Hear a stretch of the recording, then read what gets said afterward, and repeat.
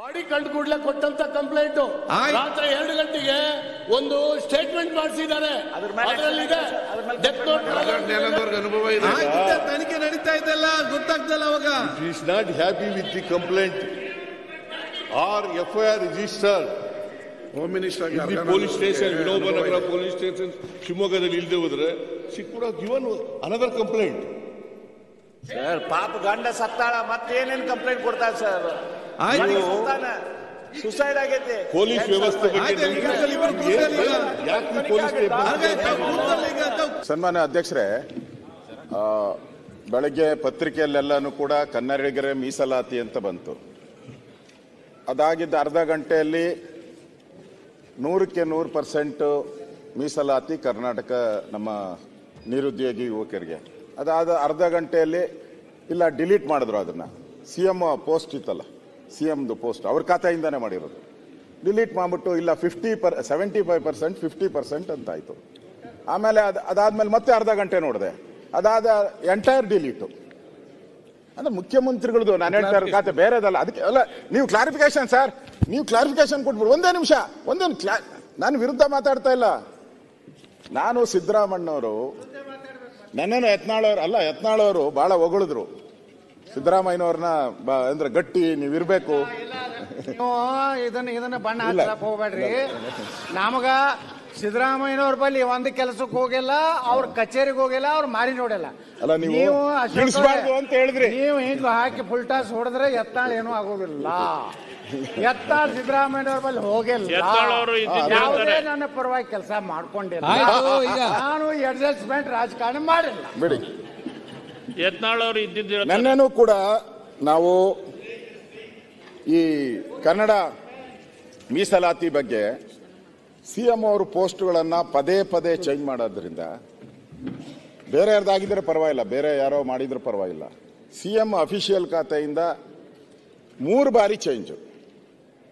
ನೀವು ಕನ್ನಡ ಕಾವಲು ಸಮಿತಿಯ ಮೊದಲ ಅಧ್ಯಕ್ಷರು. ನೀವು ನಿಮ್ಮ ಜೀವನ ಪ್ರಾರಂಭ ಮಾಡಿದ್ದೆ ಅಲ್ಲಿ. ನಿಮ್ಮಿಂದ ನಾವು ಇದನ್ನ ಬಯಸಿರಲಿಲ್ಲ. ಅದಕ್ಕೆ ಒಂದು ರಾಜ್ಯಕ್ಕೆ ಒಂದು ಮೆಸೇಜ್ ಹೋಗ್ಲಿ. ಈ ಪತ್ರಿಕೆಯಲ್ಲಿ ಬಂದಿರೋವಂಥದ್ದು ಪದೇ ಪದೇ ಹಾಕಿದ್ದಾರೆ. ಅದರಲ್ಲಿ ಪೋಸ್ಟ್ ಅಳಿಸಿ ಹೊಸ ಪೋಸ್ಟ್ ಮಾಡಿದ ಮುಖ್ಯಮಂತ್ರಿ ಅಂತ. ಮುಖ್ಯಮಂತ್ರಿಗಳಿಗೆ ಇದು ಒಳ್ಳೇದಲ್ಲ, ಈ ಬೆಳವಣಿಗೆ ಒಳ್ಳೇದಲ್ಲ. ದಯವಿಟ್ಟು ನೀವು ತೀರ್ಮಾನ ಮಾಡಿದ್ರೆ ಅದು ಕ್ಯಾಬಿನೆಟ್ ಅಲ್ಲಿ ತೀರ್ಮಾನ ಆಯಿತು ಅಂತ ಪೋಸ್ಟ್ ಆಯಿತು. ಮೊದಲು 100% ಮೀಸಲಾತಿ ಕ್ಯಾಬಿನೆಟ್ ಅಲ್ಲಿ ತೀರ್ಮಾನ ಅಂತ ನಿಮ್ಮ ಇಲಾಖೆ ಇದರಿಂದ ಪೋಸ್ಟ್ ಮಾಡಿದ್ರು. ಅದಾದ್ಮೇಲೆ ಮತ್ತೆ ಕ್ಯಾಬಿನೆಟ್ ಅಲ್ಲಿ ಆ ತರ ತೀರ್ಮಾನನೇ ಆಗಿಲ್ಲ ಅಂತಾನೆ ಮತ್ತೆ ಪೋಸ್ಟ್ ಹಾಕಿದ್ದಾರೆ. ಇದೇನು ಒಂಥರ ತೊಗಲಕ್ಕ ದರ್ಬಾರ್ ಆದಂಗಾಗಿದೆ. ಅದಕ್ಕೋಸ್ಕರ ದಯವಿಟ್ಟು ರಾಜ್ಯದ ಕನ್ನಡಿಗರಿಗೆ ಒಂದು ಮೆಸೇಜ್ ಹೋಗಬೇಕಾಗಿದೆ. ದಯವಿಟ್ಟು ಕ್ಲಾರಿಫಿಕೇಶನ್ ಮಾಡಿ ದಯವಿಟ್ಟು. ಮಾನ್ಯ ಅಧ್ಯಕ್ಷರೇ, ಯಾವ ಮೊಹಮ್ಮದ್ ಬಿನ್ ತೊಗಲಕ್ಕೂ ಆಡಳಿತನೂ ಆಗಿಲ್ಲ. ಇಲ್ಲಿ ಸಿದ್ದರಾಮಯ್ಯನವರು ಸರ್ಕಾರದ ಆಡಳಿತನೇ ಇರೋದು ಕರ್ನಾಟಕದಲ್ಲಿ. ಅದರಿಂದ ಮೊನ್ನೆ ಕ್ಯಾಬಿನೆಟ್ ಮೀಟಿಂಗ್ನಲ್ಲಿ ಸೋಮವಾರ ಅದು ಅರ್ಧಂಬರ್ಧ ಡಿಸ್ಕಷನ್ ಆಯಿತು. ಪೂರ್ಣ ತೀರ್ಮಾನ ಮಾಡೋಕ್ಕಾಗಲಿಲ್ಲ ನಾವು.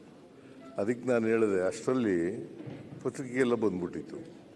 ಅದಕ್ಕೆ ನಾನು ಹೇಳಿದೆ, ಇನ್ನೊಂದು ಸಾರಿ ಚರ್ಚೆ ಮಾಡೋಣಪ್ಪ, ಅದನ್ನು ಕೂಲಂಕಷವಾಗಿ ಚರ್ಚೆ ಮಾಡಿ we should have to take a decision ಅಂತ ಹೇಳಿದ್ದೀನಿ. ಹಾಗಾಗಿ ಸ್ವಲ್ಪ ಗೊಂದಲ ಆಗಿದೆ. ಆ ಗೊಂದಲ ನಿವಾರಣೆ ಮಾಡ್ತಕ್ಕಂಥದ್ದು ಮುಂದಿನ ಕ್ಯಾಬಿನೆಟ್ನಲ್ಲಿ ತೀರ್ಮಾನ ಮಾಡ್ತೇವೆ.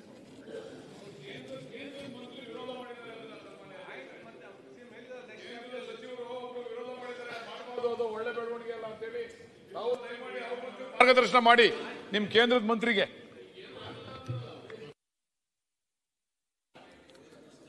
ನಿಯಮ 69 ಅಡಿಯಲ್ಲಿ ಸಾರ್ವಜನಿಕ ಮಹತ್ವ ವಿಷಯ ಚರ್ಚೆ ಆಯಿತು. ಮುಖ್ಯಮಂತ್ರಿಗಳು ಉತ್ತರ ಕೊಡ್ತಾರೆ. ಮಾನ್ಯ ಅಧ್ಯಕ್ಷರೇ,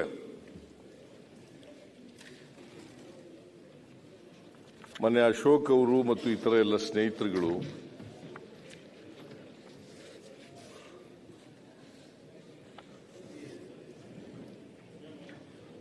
ವಾಲ್ಮೀಕಿ ಅಭಿವೃದ್ಧಿ ನಿಗಮದಲ್ಲಿ ನಡೆದಿದೆ ಎನ್ನಲಾದ ಅಕ್ರಮದ ಬಗ್ಗೆ, ಭ್ರಷ್ಟಾಚಾರದ ಬಗ್ಗೆ ಒಂದು ನಿಲುವಳಿ ಸೂಚನೆಯನ್ನು ತಂದಿದ್ದಾರೆ. ನಿಲುವಳಿ ಸೂಚನೆಯನ್ನು ತಾವು 60 ಅಡಿನಲ್ಲಿದ್ದಂಥ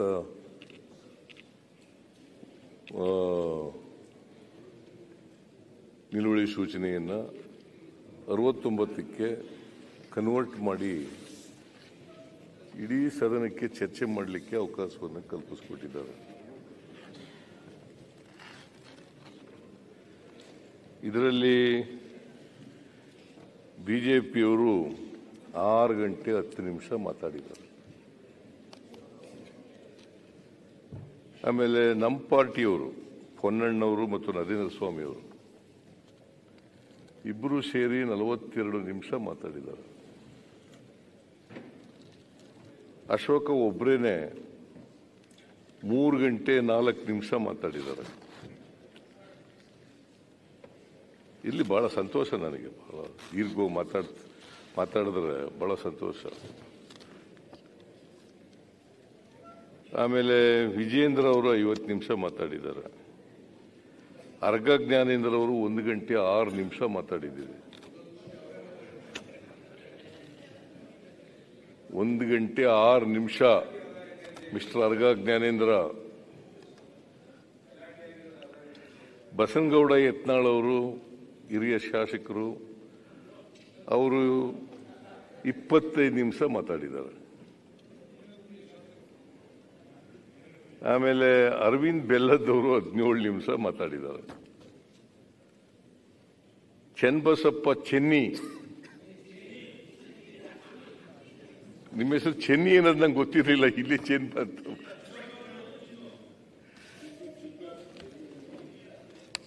ಚಿನ್ನನೋ ಚೆನ್ನಿನೋ ಎಲ್ಲ ನಿಮ್ಮ ಊರಿನಲ್ಲೆಲ್ಲ ಶಿವಮೊಗ್ಗದಲ್ಲಿ ಹಂಗೆ ಕರೆಯೋದ? ಚೆನ್ನಿ ಚೆನ್ನಿ ಅಂತ ನೀವು ಹಂಗೆ ಕರಿತೀರಿ, ನೀವು ಚಿನ್ನ ಚಿನ್ನ ಅಂತ ಕರಿತೀರಿ. ಓಕೆ, ಅವರು 28 ನಿಮಿಷ ಮಾತಾಡಿದ್ದಾರೆ.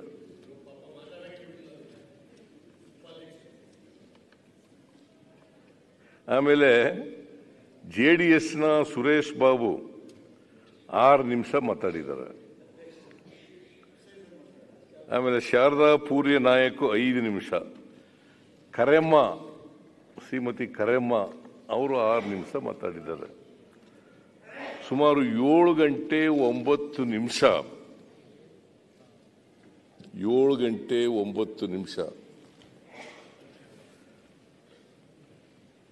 ನೀವೆಲ್ಲರೂ ಕೂಡ ವಿರೋಧ ಪಕ್ಷದ ನಾಯಕರು ಮತ್ತು ಇತರ ಮಾನ್ಯ ಸದಸ್ಯರುಗಳು, ಸುರೇಶ್ ಬಾಬು ಅವರು ಎಲ್ಲರೂ ಕೂಡ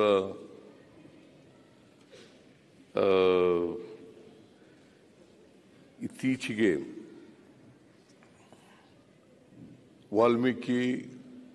ಮಹರ್ಷಿ ವಾಲ್ಮೀಕಿ ಅಭಿವೃದ್ಧಿ ನಿಗಮದಲ್ಲಿ ನಡೆದಿದೆ ಅಂತಕ್ಕಂಥ ಅಕ್ರಮದ ಬಗ್ಗೆ ಬಹಳ ದೀರ್ಘವಾಗಿ ಸದನದಲ್ಲಿ ಚರ್ಚೆ ಆಗಿದೆ. ಮಾನ್ಯ ಅಧ್ಯಕ್ಷರು, ನೀವು ಕೂಡ ಬಹಳ ಸಮಯ ಕೊಟ್ಟಿದ್ದೀರಿ. ಸೋಮವಾರ, ಮಂಗಳವಾರ, ಇವತ್ತು ಮಧ್ಯಾಹ್ನದವರೆಗೆ. ನಿನ್ನೆ ರಜಾ ಇದ್ದದರಿಂದ ನಿನ್ನೆ ಚರ್ಚೆ ಆಗಲಿಲ್ಲ. ಇಷ್ಟು ದೀರ್ಘವಾಗಿ ಚರ್ಚೆ ಮಾಡಿದ್ದೀರಿ. ಅಶೋಕ್ ಅವರು ಕೊನೆಯಲ್ಲಿ ಮಾತನಾಡಿ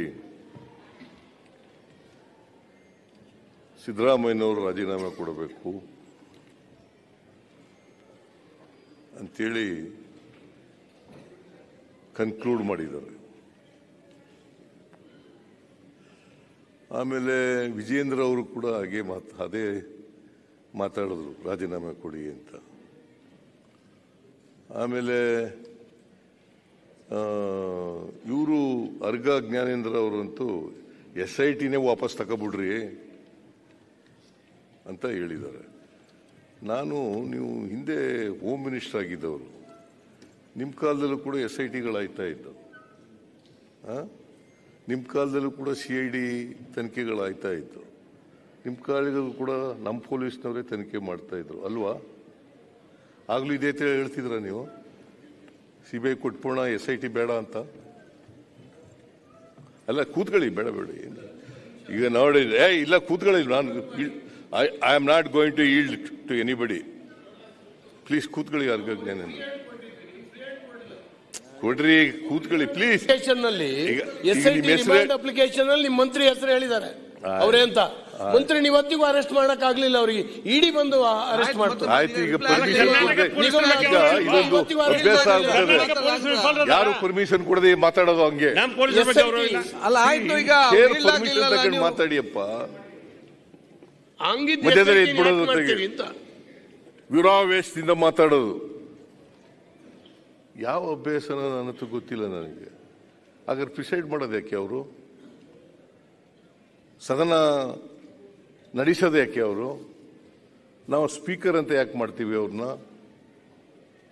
ನಿಯಮಾವಳಿಗಳ ರೀತಿಯ ಸದನನ ನಡೆಸಬೇಕು ಅನ್ನೋ ಕಾರಣಕ್ಕೋಸ್ಕರವಾಗಿ ಅವರನ್ನ ಸ್ಪೀಕರ್ ಆಗಿ ಮಾಡಿರ್ತಕ್ಕಂಥದ್ದು. ನಾವು ಆ ಚೇರ್ಗೆ ಬಹಳ ಗೌರವವನ್ನು ಕೊಡ್ತೀವಿ. ನಾವು ಅವರು ನಿಷ್ಪಕ್ಷಪಾತವಾಗಿ ಯಾವುದೇ ಪಕ್ಷಕ್ಕೆ ಸೇರಿಲ್ಲ, ಅವರು ನಡೆಸ್ತಕ್ಕಂಥ ಕೆಲಸವನ್ನು ಮಾಡ್ತಾರೆ. ಸೊ ಅದರಿಂದ ನಾವು ಆ ಚೇರಿಗೆ ಗೌರವ ಕೊಡಬೇಕು. ಯಾರೇ ಮಧ್ಯೆ ಮಾತಾಡಬೇಕಾದ್ರೆ ಅವ್ರ ಪರ್ಮಿಷನ್ ತಗೊಂಡು ಮಾತಾಡಬೇಕು. ಆ ಪದ್ಧತಿ ಆಗಬೇಕು.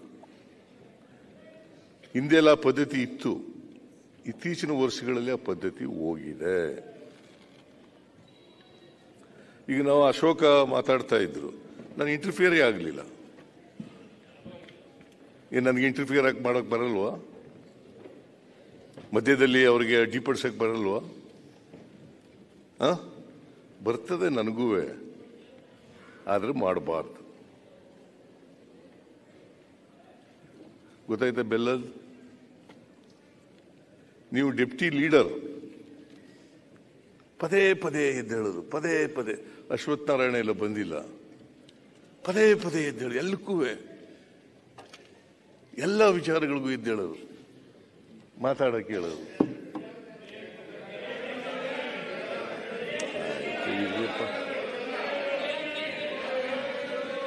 ಜಾಸ್ತಿ ಅವ್ರಿಗೂ ಹೇಳ್ತೀನಿ, ನಿಮಗೂ ಹೇಳ್ತೀನಿ, ಹಂಗೇಳಿ ಇದು ಎಲ್ರಿಗೂ ಅಪ್ಲೈ ಕೇಳ್ರಿ. ಅವ್ರಿಗೂ ಹೇಳ್ತೀನಿ, ನಿಮ್ಗೂ ಹೇಳ್ತೀನಿ. ಮೊದಲಿಗೆ ಅವ್ರಿಗೆ ಹೇಳ್ರಿ, ಯಾರೇ ಆಗ್ಲಿ. ಬಹಳ ಅತ್ಯಂತ ಅವಶ್ಯಕವಾದಂಥ ಸಂದರ್ಭದಲ್ಲಿ ಮಧ್ಯದಲ್ಲಿ ಹೇಳ್ವಿ ಮಾಡೋದು. ಅದಕ್ಕೆ ನಾವು ನಿಯಮಾವಳಿಗಳಲ್ಲಿ ಅನೇಕ ವಿಚಾರಗಳಿಗೆ ಯಾವ್ಯಾವ ಸಂಬಂಧಪಟ್ಟಂತೆ ಮಾತಾಡಬೇಕು ಅಂತೆಲ್ಲ ಇಟ್ಕೊಂಡಿದ್ದೀವಿ. ನಾವೇ ತೀರ್ಮಾನ ಮಾಡಿರೋದು ಅಲ್ವಾ? ಸೊ ಅದರಿಂದ ನಾನು ಇವ್ರಿಗೆ ಪಾಠ ಹೇಳಕ್ ಹೋಗಲ್ಲ. ನೀವು ಅನೇಕ ಸಾರಿ ಹೇಳ್ತೀರಿ, ಪಾಪ ನೀತಿ ಪಾಠ ಹೇಳ್ತೀರಿ. ಅವ್ರು ಕೇಳದಿವ್ರು ಏನ್ ಮಾಡಕ್ಕಾಗತ್ತೆ? ಓಕೆ, ಮನೆ ಅಧ್ಯಕ್ಷರೇ,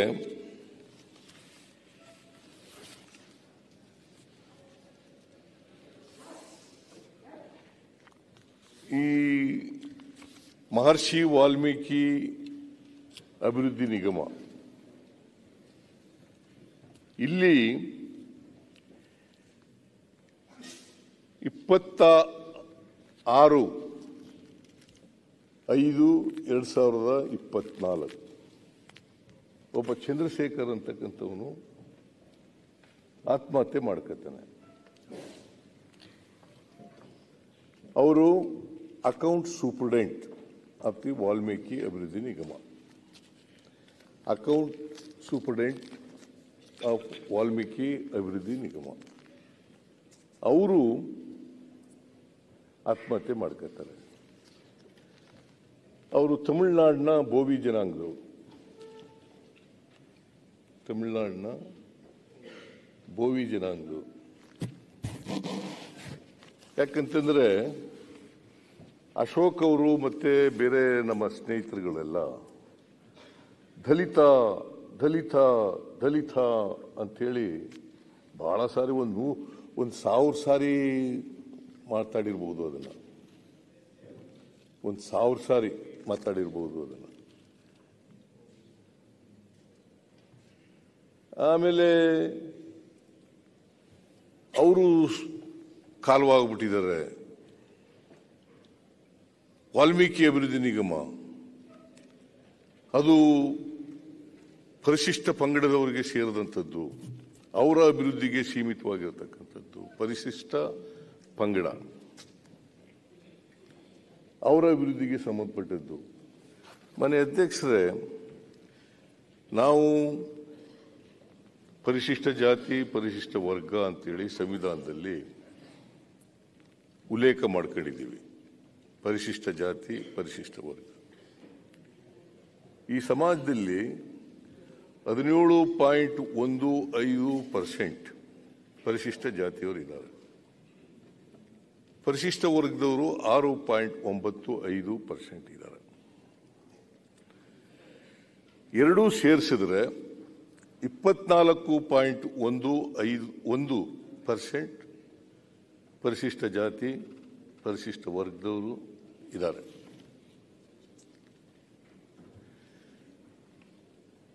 ಅವರ ಅಭಿವೃದ್ಧಿ ಆಗಬೇಕು. ಯಾಕಂತಂದ್ರೆ ಸಮಾಜ ನಿರ್ಮಾಣ ಆಗಬೇಕಾದ್ರೆ ಅವ್ರಿಗೂ ಕೂಡ ಆರ್ಥಿಕವಾಗಿ ಸಾಮಾಜಿಕವಾಗಿ ಶಕ್ತಿ ಬರಬೇಕು. ಆ ಶಕ್ತಿ ಬಂದಾಗ ಮಾತ್ರ ಅವರು ಮುಖ್ಯವಾಹಿನಿಗೆ ಬರಲಿಕ್ಕೆ ಸಾಧ್ಯ ಆಗ್ತದೆ. ಇಲ್ಲದೆ ಹೋದರೆ ಸಮಾಜ ನಿರ್ಮಾಣ ಆಗೋದೇ ಇಲ್ಲ. ನಮ್ಮ ಸಂವಿಧಾನದಲ್ಲಿ ಬಹಳ ಸ್ಪಷ್ಟವಾಗಿ ಹೇಳ್ಕೊಂಡಿದ್ದೀವಿ, ಅಸಮಾನತೆಯನ್ನು ತೊಲಗಿಸಬೇಕು. ಅಸಮಾನತೆ ಎಲ್ಲಿವರೆಗೆ ಇರ್ತದೆ ಅಲ್ಲಿವರೆಗೆ ಸಮಾನತೆ ಬರಲಿಕ್ಕೆ ಸಾಧ್ಯ ಇಲ್ಲ. ಇದು ಸಂವಿಧಾನ ಬಂದು ಸುಮಾರು 77 ವರ್ಷ ಆಯ್ತಾ ಬಂತು. 77 ವರ್ಷಗಳು. ಇನ್ನೂ ಕೂಡ ಸಮಾನತೆ ಸಿಕ್ಕಿಲ್ಲ. ಎಲ್ರಿಗೂ ಆರ್ಥಿಕವಾಗಿ ಸಮಾನತೆ ಸಿಕ್ಕಿಲ್ಲ, ರಾಜಕೀಯವಾಗಿ ಸಮಾನತೆ ಸಿಕ್ಕಿಲ್ಲ, ಸಾಮಾಜಿಕವಾಗಿ ಸಮಾನತೆ ಸಿಕ್ಕಿಲ್ಲ. ಈ ಪರಿಸ್ಥಿತಿಯನ್ನು ನಾವು ಸಮಾಜದಲ್ಲಿ ಕಾಣ್ತಾ ಇದ್ದೀವಿ. ಇದನ್ನು ಸರಿಪಡಿಸ್ತಕ್ಕಂಥ ಕೆಲಸವನ್ನು ನಾವೆಲ್ಲರೂ ಕೂಡ ಮಾಡಬೇಕಾಗ್ತದೆ. ಮತ್ತೆ ರಾಜ್ಯಾಂಗದಲ್ಲಿ ಹೇಳಿರ್ತಕ್ಕಂಥ ಆಶಯಗಳನ್ನು ಜಾರಿಗೆ ತರ್ತಕ್ಕಂಥ ಪ್ರಯತ್ನವನ್ನು ಮಾಡಬೇಕಾಗ್ತದೆ. ಅದಕ್ಕೋಸ್ಕರ ನಿಗಮಗಳು ಆಗಿರ್ತಕ್ಕಂಥದ್ದು ಭೋವಿ ಅಭಿವೃದ್ಧಿ ನಿಗಮ, ಅಂಬೇಡ್ಕರ್ ಅಭಿವೃದ್ಧಿ ನಿಗಮ, ಮಹರ್ಷಿ ವಾಲ್ಮೀಕಿ ಅಭಿವೃದ್ಧಿ ನಿಗಮ, ಅಲ್ಪಸಂಖ್ಯಾತರ ಅಭಿವೃದ್ಧಿ ನಿಗಮ, ಹಾಗೆಯೇ ಬೇರೆ ಬೇರೆ ಹಿಂದುಳಿದ ಜಾತಿಗಳ ಅಭಿವೃದ್ಧಿ ನಿಗಮಗಳೆಲ್ಲ ಆಗಿದ್ದಾವೆ. ಅನೇಕ ಅಭಿವೃದ್ಧಿ ನಿಗಮಗಳು ಆಗಿದ್ದಾವೆ. ಆದಿಜಾಂಬವ ಅಭಿವೃದ್ಧಿ ನಿಗಮ ಹಿಂದೆ 4 ಇದ್ದದ್ದು. ಒಂದು ಅಂಬೇಡ್ಕರ್ ಅಭಿವೃದ್ಧಿ ನಿಗಮ, ಆಮೇಲೆ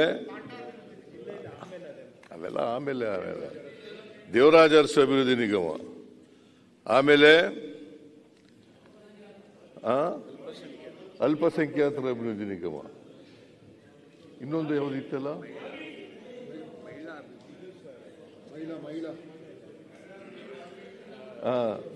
ಅಂಬೇಡ್ಕರ್ ಅಭಿವೃದ್ಧಿ ನಿಗಮ, ದೇವರಾಜ ಅರಸು ಅಭಿವೃದ್ಧಿ ನಿಗಮ, ವಾಲ್ಮೀಕಿ ಅಭಿವೃದ್ಧಿ ಅಲ್ಲ, ಇದು ಎಂತದು ಅಲ್ಪಸಂಖ್ಯಾತರ ಆಮೇಲೆ ಆಗಿದ್ದು, ವಾಲ್ಮೀಕಿ ಆಮೇಲೆ ಆಗಿದ್ದು, ಅದು ಇರಲಿಲ್ಲ. ಅಲ್ಪಸಂಖ್ಯಾತರು ಅದು ಇರಲಿಲ್ಲ. ಆಮೇಲೆ ಅವೆಲ್ಲ ಆಮೇಲೆ ಎಲ್ಲಕ್ಕೂ ಒಂದೊಂದು ಅಭಿವೃದ್ಧಿ ನಿಗಮಗಳನ್ನು ಇತ್ತೀಚಿನ ವರ್ಷಗಳಲ್ಲಿ ನಾವು ಮಾಡಿದ್ದೀವಿ. ಎಲ್ಲರ ಉದ್ದೇಶ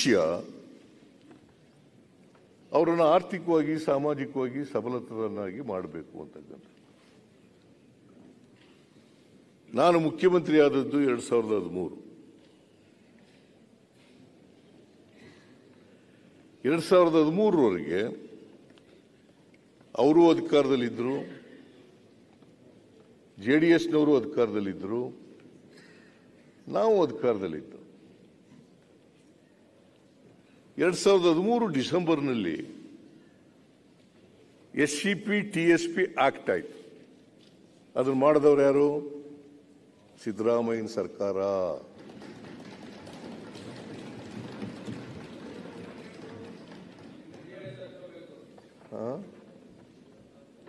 ನೀವು ತಟ್ಟಾಗಿದ್ರೆ ತಟ್ಟಿ ಸುಮ್ಮನೆ ಹೇಳಿ. ಬೇರೆ ಇನ್ನೇನಾದ್ರು ಅದಕ್ಕೆ ಬೇರೆ ಪದ ಉಪಯೋಗಿಸಾಗಿದ್ರೆ ಪದ ಉಪಯೋಗಿಸಿ. SCP TSP ಆಕ್ಟ್ ಮಾಡಿರೋದು ನಿಜಾನ ಅಲ್ವಾ? ಬೆಳಗಾಂನ ಅಧಿವೇಶನದಲ್ಲಿ ಪಾಸ್ ಮಾಡಿ, ಆಂಜನೇಯ ಅವರು ಸಮಾಜ ಕಲ್ಯಾಣ ಸಚಿವರಾಗಿದ್ದಾಗ ಅದನ್ನು ಪಾಸ್ ಮಾಡಿರೋದ್ರಿಂದ ಇವತ್ತು ಈ ವರ್ಷ 24-25ಕ್ಕೆ ಪರಿಶಿಷ್ಟ ಜಾತಿ ಪರಿಶಿಷ್ಟ ವರ್ಗದವರ ಅವರಿಗೆ SCP TSPನಲ್ಲಿ ಖರ್ಚು ಮಾಡ್ತಕ್ಕಂಥದ್ದು ಒಟ್ಟು 160 ಕೋಟಿ ಅಭಿವೃದ್ಧಿಗಿದೆ. 160 ಲಕ್ಷ, ಸಾರಿ 160 ಲಕ್ಷ, 60 ಕೋಟಿ, 160 ಕೋಟಿ ಅಭಿವೃದ್ಧಿಗಿದೆ. ಅದರಲ್ಲಿ 24.1% ಅವ್ರಿಗೋಸ್ಕರ ತೆಗೆದಿಡಬೇಕು.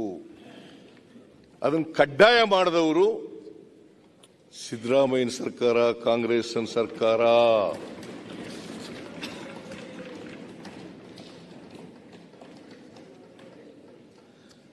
ದಲಿತರ ಬಗ್ಗೆ ಬರೀ ಮೊಸಳೆ ಕಣ್ಣೀರು ಸುರಿಸಿದ್ರೆ ಸಾಲದು. ದಲಿತರಿಗೆ ಆರ್ಥಿಕವಾಗಿ ಸಾಮಾಜಿಕವಾಗಿ ಶಕ್ತಿ ಕೊಡ್ತಕ್ಕಂಥ ಕೆಲಸವನ್ನು ಮಾಡಬೇಕು. ಬಾಬಾ ಸಾಹೇಬ್ ಅಂಬೇಡ್ಕರ್ ಅವರು ಏನ್ ಹೇಳಿದ್ರು ಒಂದ್ಸಾರಿ ಅಂತಂದ್ರೆ, ನಮಗೆ ರಾಜಕೀಯ ಸ್ವಾತಂತ್ರ್ಯ ಬಂದಿದೆ. ರಾಜಕೀಯ ಸ್ವಾತಂತ್ರ್ಯಕ್ಕೆ ಅದು ಸಾರ್ಥಕ ಆಗಬೇಕಾದ್ರೆ ಆರ್ಥಿಕ ಸ್ವಾತಂತ್ರ್ಯ, ಸಾಮಾಜಿಕ ಸ್ವಾತಂತ್ರ್ಯ, ದಲಿತರಿಗೆ ಪರಿಶಿಷ್ಟ ಜಾತಿ ಪರಿಶಿಷ್ಟ ವರ್ಗದವರಿಗೆ ಸಿಕ್ಕಿದಾಗ ಮಾತ್ರ ರಾಜಕೀಯ ಸ್ವಾತಂತ್ರ್ಯ ಬಂದದಕ್ಕೆ ಸಾರ್ಥಕ ಆಗ್ತದೆ, ಇಲ್ಲವೇ ಆಗಲ್ಲ. ಇನ್ನೂ ಒಂದು ಮಾತು ಹೇಳಿದ್ರು, ನಿಮಗೆ ಜ್ಞಾಪಿಸ್ಲಿಕ್ಕೆ ಬಯಸ್ತಾ ಇದ್ದೀನಿ. 1949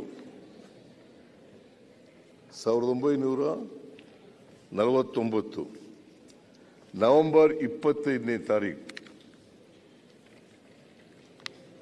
25 ನವೆಂಬರ್ 1949 ಕಾನ್ಸ್ಟಿಟ್ಯೂಯೆಂಟ್ ಅಸೆಂಬ್ಲಿನಲ್ಲಿ ಒಂದು ಭಾಷಣ ಮಾಡಿದ್ದಾರೆ. ಬಾಬಾ ಸಾಹೇಬ್ ಅಂಬೇಡ್ಕರ್ ಅವರು ಸಂವಿಧಾನ ರಚನಾ ಸಮಿತಿಯ ಅಧ್ಯಕ್ಷರಾಗಿ ಸಂವಿಧಾನವನ್ನು ಅಂಗೀಕಾರಕ್ಕೆ ಮಂಡಿಸಿ ಒಂದು ಭಾಷಣ ಮಾಡಿದ್ದಾರೆ.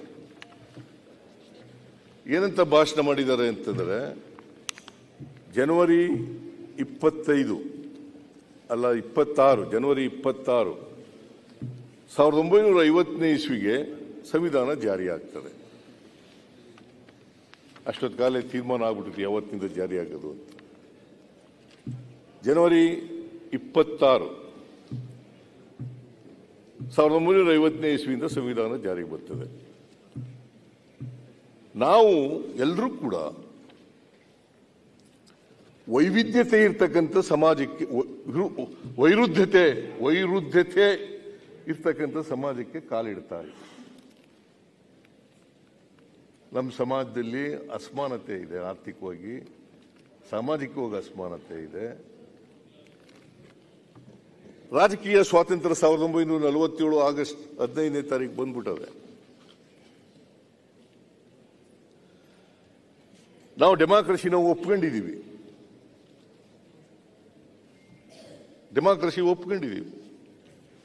ಅವ್ರು ಎಷ್ಟೇ ಎತ್ತರದ ಮುಕ್ತಿ ಆದರೂ ಕೂಡ ಪ್ರೆಸಿಡೆಂಟ್ಗೂ ಒಂದೇ ಓಟು, ಒಂದೇ ಮೌಲ್ಯ, ಹಾಗೇನೆ ಒಬ್ಬ ವ್ಯಕ್ತಿಗೆ ಒಂದು ಓಟು ಒಂದು ಮೌಲ್ಯ ಅಂತಕ್ಕಂಥದ್ದು ಒಪ್ಕೊಂಡಿದೆ. ಆದರೆ ಆರ್ಥಿಕವಾಗಿ ಸಾಮಾಜಿಕವಾಗಿ ಅದಿಲ್ಲ. ಅದಕ್ಕೋಸ್ಕರನೇ ವೈರುಧ್ಯತೆ ಇರ್ತಕ್ಕಂಥ ಸಮಾಜಕ್ಕೆ ನಾವು ಕಾಲಿಡ್ತಾ ಇದ್ದೀವಿ.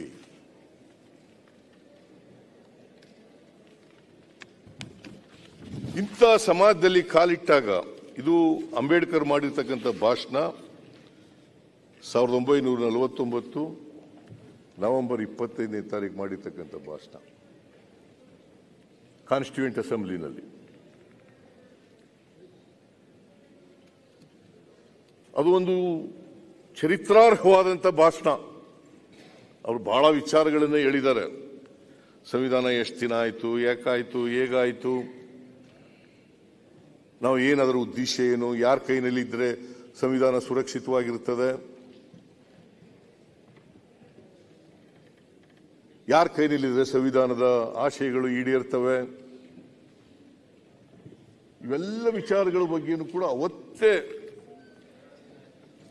ಮುಂದಾಲೋಚನೆ ಮಾಡಿ ಅನೇಕ ಭಾಷಣಗಳನ್ನು ಅವತ್ತು ಹಿಸ್ಟಾರಿಕಲ್ ಭಾಷಣವನ್ನು ಮಾಡಿದ್ದಾರೆ.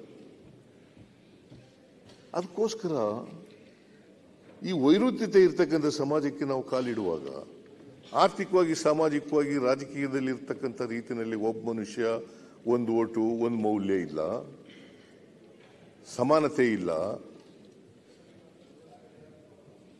ಶ್ರೀಮಂತರು ಬಡವರು ಇದ್ದಾರೆ, ಸಾಮಾಜಿಕವಾಗಿ ಅಸಮಾನತೆ ಇದೆ, ಓದ್ದವರಿದ್ದಾರೆ, ಓದಿದವರಿದ್ದಾರೆ, ಅನರ್ಹರಿದ್ದಾರೆ, ಓದ್ದೇ ಇರ್ತಕ್ಕಂಥವ್ರು, ಅವರು ಎಂಥದ್ದು ಅನಕ್ಷರಸ್ಥರಿದ್ದಾರೆ. ಇಂಥ ಸಮಾಜ ನಾವು ಸ್ವಾತಂತ್ರ್ಯ ಬಂದ ಮೇಲೆ ಬರ್ತಾ ಇದ್ದೀವಿ. ಅದರಿಂದ ನಮ್ಮೆಲ್ಲರ ಜವಾಬ್ದಾರಿ ಆರ್ಥಿಕವಾಗಿ, ಸಾಮಾಜಿಕವಾಗಿ ಶಕ್ತಿಯನ್ನು ಕೊಡಬೇಕು. ನಾವು ಆ ದಿಕ್ಕಿನಲ್ಲಿ ಪ್ರಾಮಾಣಿಕವಾದಂಥ ಪ್ರಯತ್ನವನ್ನು ಮಾಡ್ತಾ ಇದ್ದೀವಿ. ಕಾಂಗ್ರೆಸ್ಸು ಮೊದಲಿಂದಲೂ ಮಾಡ್ತಾ ಇದೆ, ಈಗಲೂ ಮಾಡ್ತದೆ, ಮುಂದೇನೂ ಮಾಡ್ತದೆ. ಯತ್ನಾಳ್ ಅವರು ಒಂದು ಮಾತು ಹೇಳಿದ್ರು ಮೊನ್ನೆ, ಏನಂತ ಅಂದ್ರೆ, ಸಿದ್ದರಾಮಯ್ಯನವರು 2013ರಿಂದ 2018ರವರೆಗೆ ಇದ್ದಂಥ ರೀತಿಯಲ್ಲಿ ಇಲ್ಲ. ಅಲ್ಲ, ನೀವೇ ಹೇಳುತ್ತಲ್ವಾ? ಅಲ್ಲಲ್ಲ, ನಾನು ಹೇಳ್ತಾರೆ 18 ಸಿದ್ದರಾಮಯ್ಯ ಇಲ್ಲ, ಸಿದ್ದರಾಮಯ್ಯನವ್ರು ಪೂರ್ತಿ ಚೇಂಜ್ ಆಗ್ಯಾರ. ಅದನ್ನೇ ಹೇಳ್ತಾ ಇದ್ದೀನಿ ನಾನು. ನೀವು ಹೇಳ್ತದ್ರೆ ರಿಪೀಟ್ ಮಾಡ್ತಾ ಇದ್ದೀನಿ. ಬೇಡ ಅಂತಂದ್ರೆ ಬೇಡ. ಆ ಸಿದ್ದರಾಮಯ್ಯವ್ರು ಕಳೆದು ಹೋಗ್ಬಿಟ್ಟಾರೆ. ಹೌದು. ಯತ್ನಾಳು ವಾಜಪೇಯಿ ಅವ್ರ ಮಂತ್ರಿಮಂಡಲದಲ್ಲಿ ಮಂತ್ರಿ ಆಗಿದ್ದಲ್ಲ, ಹಂಗಿದ್ದಾರ ಈಗ?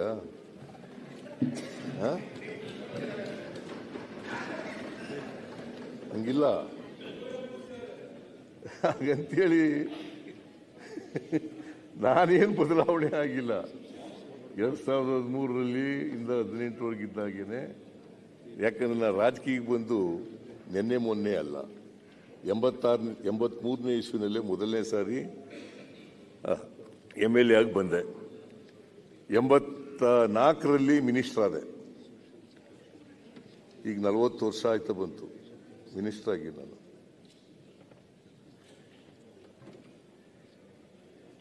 40 ವರ್ಷ ಆಯ್ತಾ ಬಂತು ಮಿನಿಸ್ಟರ್ ಆಗಿ. ಮಾನ್ಯ ಯತ್ನಾಳ್ ಅವರೇ, ನಾನು ಅವತ್ತು ಹೆಂಗಿದ್ದೆ, 83ರಿಂದ 83ವರೆಗೆ ಹೆಂಗಿದ್ದೆ, 83ರಿಂದ ಹೇಗಿದ್ದೆ, ಈಗ 84ರಿಂದ ಎಲ್ಲಿ ಮಿನಿಸ್ಟರ್ ಆದೆ, ಹಾಗೇನೆ 2013ರಿಂದ 18ರವರೆಗೂ ಕೂಡ ಹೇಗಿದ್ದೆ ಅದೇ ರೀತಿ ಈಗಲೂ ಇದ್ದೀನಿ. ಬದಲಾವಣೆ ಆಗಿಲ್ಲ. ನೀವು ನಿಮ್ ಕಡೆ ಚಪ್ಪಾಳೆನೆ ಜೋರು ಬರ್ತಾ ಇಲ್ಲ. ಇದರ ಅರ್ಥ ಅರ್ಧಕ್ಕಿಂತ ಹೆಚ್ಚು ಜನ ಅಸಮಾಧಾನ ಇದ್ದಾರೆ.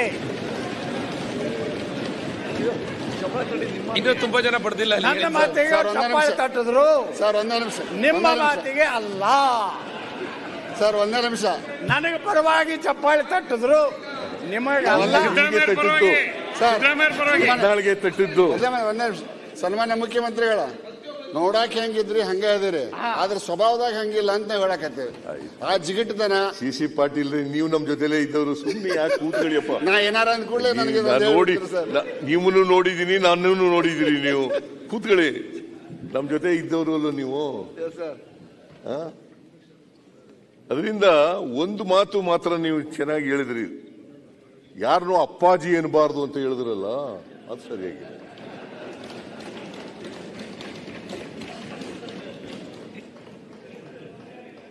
ಅಂದ್ರೆ ನಮ್ಮ ದೇಶದ 100% correct, I agree with you. ಯಾರು ಕಾಲು ಮುಟ್ಟಿ ನಮಸ್ಕಾರ ಮಾಡಬಾರ್ದು ಅಂತ ಹೇಳಿದವರು ನರೇಂದ್ರ ಮೋದಿ ಅವರು. ಅದಕ್ಕೆ ನಾ ಹೇಳಿದ್ದು, ಇಲ್ಲಿ ಅಪ್ಪಾಜಿ ಸಂಸ್ಕೃತಿ ಕರ್ನಾಟಕದಲ್ಲಿ ಹೋಗ್ಬೇಕು. ಕಾಲು ಹಿಡಿದು, ಕಾಲು ಮುಟ್ಟೋದು, ನಾವು ಯಾರಿಗಾದ್ರೂ ಅಪ್ಪಾಜಿ ಅನ್ಬೇಕಂದ್ರೆ ನಾವು ಯಾರಿಗೆ ಹುಟ್ಟಿರ್ತೀವ್ರ ಗಟ್ಟೆನ. You are absolutely correct. Thank you sir. 100% correct.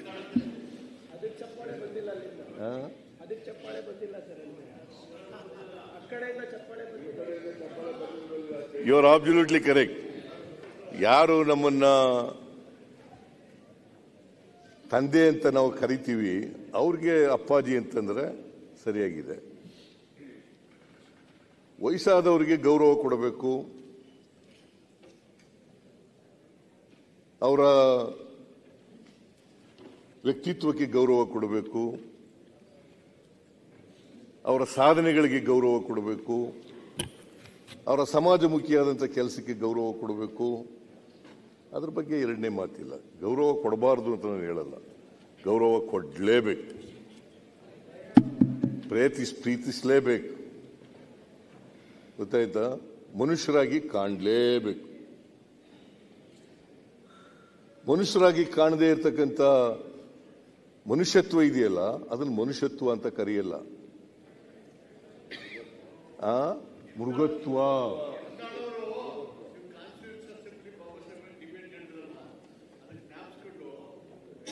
ಮಾಡಬೇಡಿ. ವ್ಯಕ್ತಿ ಪೂಜೆ ಮಾಡಿದ್ರೆ ಸರ್ವಾಧಿಕಾರಿ ಆಗ್ತಾನೆ, ಸರ್ವಾಧಿಕಾರಿ ಪ್ರಜಾಪ್ರಭುತ್ವವನ್ನು ಧ್ವಂಸ ಮಾಡ್ತಾನೆ. ಅದಕ್ಕೆ ನಿಮ್ಮಿಂದ ಪ್ರೇರಣೆ ಆಗಿ ಮಾತಾಡಿದರು ಅವರು. ಸರ್, ಒಂದೊಂದ್ಸಾರಿ ವ್ಯಕ್ತಿ ಪೂಜೆ ನಿಮ್ಮಲ್ಲಿ ಇಲ್ವಾ? ಕರೆಕ್ಟ್ ಆಗಿ ಮಾತಾಡ್ತಾರೆ. ಎಲ್ಲಿದ್ರು ವ್ಯಕ್ತಿ ಪೂಜೆ ಇರ್ಲಿಕ್ಕೆ ಮಂತ್ರಿ ಆದ್ರಲ್ಲ. ಕುಟುಂಬ ಪೂಜೆ ಸರಿ ಅಪ್ಪಾಜಿ ಎಂಬುದು ಕುಟುಂಬ ಪೂಜೆ ಸರಿ ಕೊಡೋದು, ಅದಕ್ಕೆ ಅಪ್ಪಾಜಿ ಕುಟುಂಬ, ಅದಕ್ಕೆ ಕುಟುಂಬ ಪೂಜೆ ಸರಿ. ಅರವಿಂದ್ ಅವರೇ, ಕುಟುಂಬ ಯತ್ನಾಳ್ ಸಾಹೇಬ್ರು ನಿಮ್ಗೆ ಅರ್ಥ ಆಗಿಲ್ಲ ಅನ್ಸುತ್ತೆ.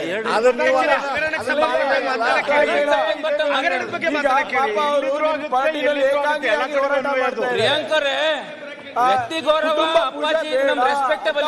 ನಾವು ಯಾವ ತರ ಕೊಡ್ತೀವಿ ಆ ತರ. ನಿಮ್ಮ ಬಾಯಿಂದ ಕೇಳಿದ್ರೆ ಭಾರಿ ಬೇಜಾರಾಗ್ತದೆ. ನೀವು ಹಿನ್ನೆಲೆ ಗೊತ್ತು, ಅವರು ಏನ್ ಹೇಳಿದ್ರು ಅಂದ್ರೆ ವ್ಯಕ್ತಿ ಪೂಜೆ ಬೇಡ ಅಂತ ಬಹಳವಾಗಿ ಅರ್ಥ ಮಾಡ್ಕೊಳ್ಳಿ. ಮುಖ್ಯಮಂತ್ರಿಗಳು ವಿಷಯಕ್ಕೆ ಬನ್ನಿ. ಮುಖ್ಯಮಂತ್ರಿಗಳು ಯಾವಾಗ ವಾಲ್ಮೀಕಿ ನಿಗಮ ಬರ್ತಾರೆ ಅಂತ ಹೇಳಿದ್ರೆ ನಾನು ಕಿವಿಗೆ ಇದಾಕೊಂಡು ಕೇಳಕ್ ಶುರುವಾತೀನಿ. ಈಗ ಎಲ್ಲಾ ಸುತ್ತಿಸ್ತಾವ್ರೆ. ಇಲ್ಲ, ನಿಮ್ಗೆಲ್ಲ ಗೊತ್ತಾಗ್ಲಿ ಅಂತ ಹೇಳ್ತಾ ಇರೋದು ಇವೆಲ್ಲ. ಬೆಳಗಾವಿ ಅಧಿವೇಶನದಲ್ಲಿ 2 ತಾಸು ಸುತ್ತಿದ್ದಾರೆ. ದಯವಿಟ್ಟು ವಾಲ್ಮೀಕಿಗೆ ಬರಕ್ಕೆ ಹೇಳಿ. ನೀವು 7 ತಾಸು ಮಾತಾಡಿದ್ರೆ ವಾಲ್ಮೀಕಿಗೆ ಬರೋದು ಮುಖ್ಯಮಂತ್ರಿಗೆ ಹೇಳ್ಬೇಕು ನೀವು.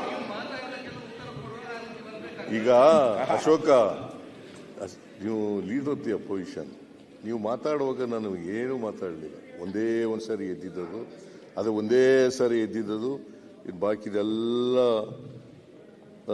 ಕೇಳ್ತಾ ಇದ್ದೆ. ಯಾಕಂದ್ರೆ ನೀವು ಅನೇಕ ದಾಖಲಾತಿಗಳೆಲ್ಲ ಹೇಳ್ತಾ ಇದ್ರಲ್ಲ, ತೋರಿಸ್ತಾ ಇದ್ರಲ್ಲ, ಅವು ಬಹುತೇಕವಾಗಿ ಪೇಪರ್ ಕಟಿಂಗ್ಸ್ಗಳು. ಬಹುತೇಕವಾಗಿ ಪೇಪರ್ ಕಟಿಂಗ್ಸ್. ಪೇಪರ್ ಕಟಿಂಗ್ ತೋರಿಸಿದ್ದು ಹರಿಪ್ರಸಾದ್ ಒಂದು ನಿಮ್ PWD ಮಿನಿಸ್ಟರ್ ಅಷ್ಟೇ. ಇನ್ಯಾವುದು ಪೇಪರ್ ಕಟಿಂಗ್ ತೋರಿಸಿಲ್ಲ. ಎಲ್ಲ ಫೈನಾನ್ಸ್ ಡಿಪಾರ್ಟ್ಮೆಂಟ್ ಬ್ಯಾಂಕ್ ಅಲ್ಲಿ ಫ್ರಾಡ್ ಆಗಿರೋದು, ಅಕೌಂಟ್ ಓಪನ್ ಮಾಡೋದು 12 ದಾಖಲೆ ಕೊಟ್ಟಿದ್ದೀನಿ. ನಿಮಗೂ ಕೊಡ್ತೀನಿ. ಹರಿಪ್ರಸಾದ್ ಅವೆರಡು ಬಿಟ್ರೆ ಇನ್ಯಾವುದು ನಾನು ಪೇಪರ್ ತೋರಿಸ್ತೀನಿ. ಬಹುತೇಕವಾಗಿ ನನಗೆ ಅರ್ಥ ಮಾಡ್ಕೊಂಡಿರೋ ಮಟ್ಟಿಗೆ, ಯಾಕಂದ್ರೆ ಬಹಳ ಅಟೆಂಟಿವ್ ಆಗಿ ಕೇಳಿದೆ ನಾನು ನಿಮ್ಮ ಭಾಷಣ. ಅಟೆಂಟಿವ್ ಆಗಿ ಏನು ಮಾತಾಡ್ತಾರೆ, ವಿರೋಧ ಪಕ್ಷದ ನಾಯಕರಾಗಿ, ಮಿನಿಸ್ಟರ್ ಆಗಿದ್ದಾಗ ಕೇಳಿದ್ದೆ ಭಾಷಣ. ಲೀಡರ್ ಆಫ್ ದಿ ಅಪೋಸಿಷನ್ ಇದ್ದಾಗ ಹೆಂಗೆ ಮಾತಾಡ್ತಾರೆ. 3 ಗಂಟೆ 4 ನಿಮಿಷ ಮಾತಾಡಿದ್ದೀರಿ, ಸುದೀರ್ಘವಾಗಿ ಮಾತಾಡಿದ್ದೀನಿ. ನಾನೆಲ್ಲ ಭಾಷಣ ಕೇಳಿದೆ. ನಾನು ಯಾಕೆ ಹೇಳ್ತಾ ಇದ್ದೀನಿ ಇವೆಲ್ಲ ಅಂತಂದ್ರೆ, ನೀವು 1,000 ಸಾರಿ ಪರಿಶಿಷ್ಟ ಜಾತಿಯವ್ರದ್ದು, ಪರಿಶಿಷ್ಟ ವರ್ಗದ್ದು, ಪರಿಶಿಷ್ಟ ಪಂಗಡದವ್ರದ್ದು, ಪರಿಶಿಷ್ಟ ಪಂಗಡದವರು ಅಂತ ಹೇಳ್ತಿದ್ರಲ್ಲ, ಅದಕ್ಕೋಸ್ಕರ ಇವನ್ನೆಲ್ಲ ಹೇಳ್ಬೇಕಾ ಬಂದ್ರೆ.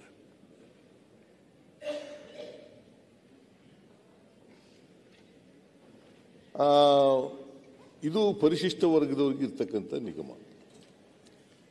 ಸತ್ತೋಗಿರ್ತಕ್ಕಂಥ ವ್ಯಕ್ತಿ ತಮಿಳುನಾಡಿನ ಬೋವಿ ಜನಾಂಗದವರು ಅಲ್ಲ ಮಧು,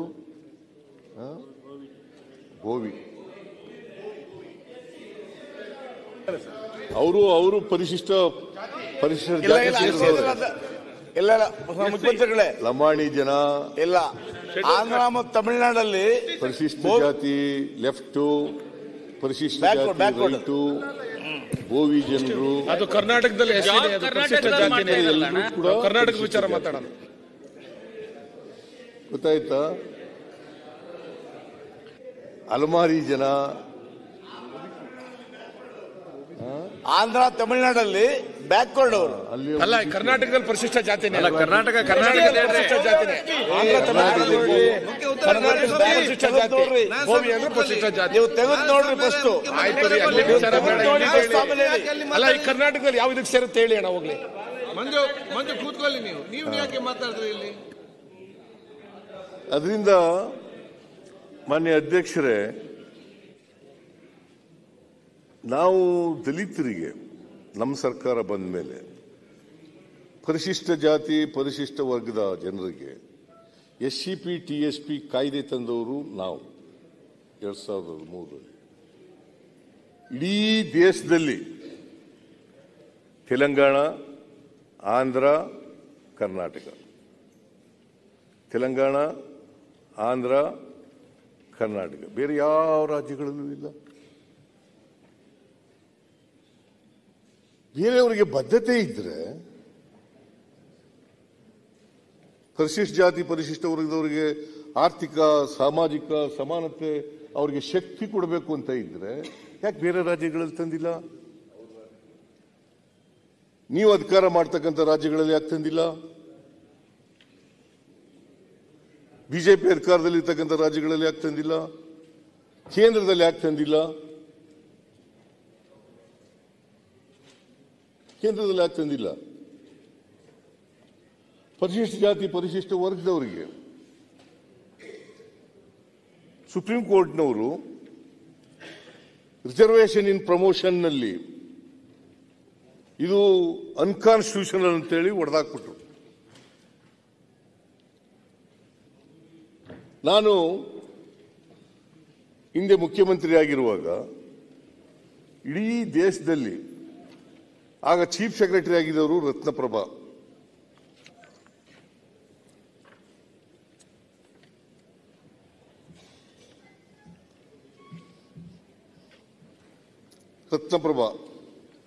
ಚೀಫ್ ಸೆಕ್ರೆಟರಿ ಆಗ ಅವರ ಅಧ್ಯಕ್ಷತೆಯಲ್ಲಿ ಒಂದು ಕಮಿಟಿ ಮಾಡಿ ವರದಿ ತರಿಸ್ಕೊಂಡು ಮತ್ತೆ ಪರಿಶಿಷ್ಟ ಜಾತಿ ಪರಿಶಿಷ್ಟ ವರ್ಗದ ಜನರಿಗೆ ಬಡ್ತಿನಲ್ಲಿ ಮೀಸಲಾತಿ ಕೊಡ್ತಕ್ಕಂಥ ಕಾಯ್ದೆಯನ್ನು ಮಾಡೋದು, ಕಾನೂನನ್ನು ಮಾಡೋದು. It was upheld by the Supreme Court. ಇಡೀ ದೇಶದಲ್ಲಿ Karnataka is the only state which passed such a ಲಾ.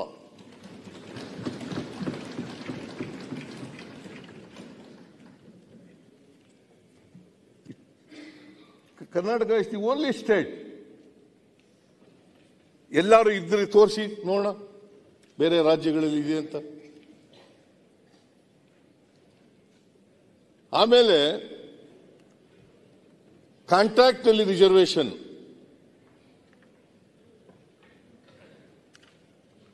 $1 ಕೋಟಿವರೆಗೆ ಪರಿಶಿಷ್ಟ ಜಾತಿ ಪರಿಶಿಷ್ಟ ವರ್ಗದವರಿಗೆ ಹಿಂದುಳಿದವರಿಗೆ ರಿಸರ್ವೇಶನ್ ನಲ್ಲಿ ಆಮೇಲೆ ಕಾಂಟ್ರಾಕ್ಟ್ ನಲ್ಲಿ ರಿಸರ್ವೇಶನ್ ತಂದಿರತಕ್ಕಂಥದ್ದು Karnataka is the only state in the country. No other state, nowhere in the country. ಯಾಕೆ ಮಾಡಿಲ್ಲ ಬೇರೆ ರಾಜ್ಯಗಳಲ್ಲಿ?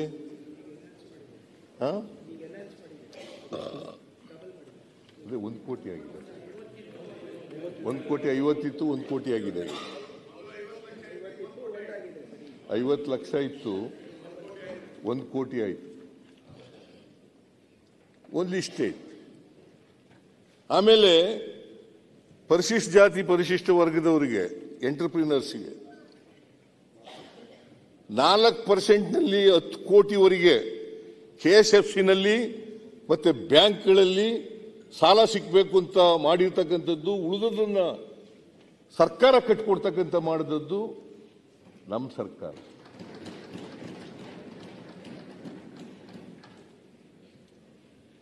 ನಾವು ದಲಿತರ ಆಮೇಲೆ ಪರಿಶಿಷ್ಟ ಜಾತಿ ಪರಿಶಿಷ್ಟ ವರ್ಗದವರ ವಿರೋಧಿಗಳ ಇವೆಲ್ಲ ಮಾಡಿದವರು.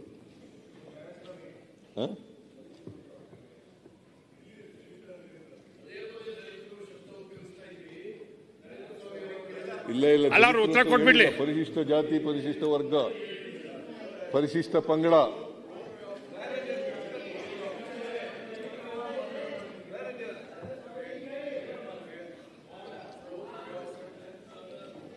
Sir sir sir sir sir ಆಮೇಲೆ ಸರ್ ಸರ್ ಸರ್ ಒಂದು ನಿಮಿಷ. ನಾನು 2013 ಬಂದ ತಕ್ಷಣ ಸರ್ ತಾವೇನು KIDBನಲ್ಲಿ ಏನು ಲ್ಯಾಂಡ್ ರಿಸರ್ವೇಶನ್ ತಂದ ಮೇಲೆ 50% ಎಲ್ಲ ಆದಮೇಲೆ ಏನು KIDB ಪ್ರಾರಂಭ ಆದಾಗ್ಲಿಂದ 30 ವರ್ಷದಲ್ಲಿ ಆಗ್ಲಾರ್ದಂತ ಬದಲಾವಣೆ ಕೇವಲ 5 ವರ್ಷದಲ್ಲಿ ಅಷ್ಟು ದೊಡ್ಡ ಲ್ಯಾಂಡ್ ನಮ್ಗೆ ಅಲಾಟ್ಮೆಂಟ್ ಲ್ಯಾಂಡ್ ಕೊಡುವಾಗ 75% ಸರ್ಕಾರ ಕೊಡೋದು, ಇನ್ನು 25% ಮಾತ್ರ ಬೆನಿಫಿಷರಿ ಕೊಡೋದು. ಇದನ್ನ ಮಾಡಿದವರು ಆರ್ಡರ್ಸ್ ಮಾಡಿದವರು ಯಾರು? ನಾವೇ ಮಾಡೋದು. ಸೊ ಇವೆಲ್ಲ ಆರ್ಥಿಕವಾಗಿ ಸಾಮಾಜಿಕವಾಗಿ ಶಕ್ತಿ ತುಂಬತಕ್ಕಂಥ ಕಾರ್ಯಕ್ರಮಗಳು. ನೀವು ಏನೂ ಮಾಡದೇನೆ ಅನ್ಯಾಯ ಆಯಿತು ಪರಿಶಿಷ್ಟ ಜಾತಿಯವರಿಗೆ, ಅನ್ಯಾಯ ಆಯಿತು ಪರಿಶಿಷ್ಟ ಜಾತಿಯವರಿಗೆ, ಪರಿಶಿಷ್ಟ ಪಂಗಡದವರಿಗೆ ಅನ್ಯಾಯ ಆಯಿತು ಅಂತ ಹೇಳಿದ್ರೆ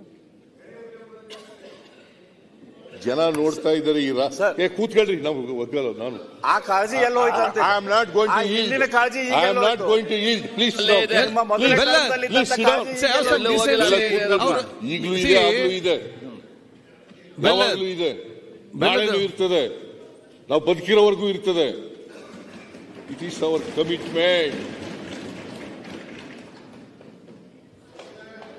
social justice is our commitment to the depressed and oppressed classes of the society. ಇದ್ರ ಬಗ್ಗೆ ಯಾರಿಂದಲೂ ಪಾಠ ಕಲ್ತ್ಕೋಬೇಕಾದ ಅಗತ್ಯ ಇಲ್ಲ. It is my commitment.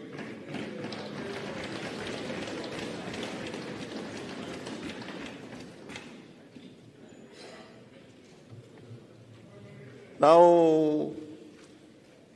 ನಿಮ್ಮಿಂದ ಪಾಠ ಹೇಳಿಸ್ಕೋಬೇಕಾ?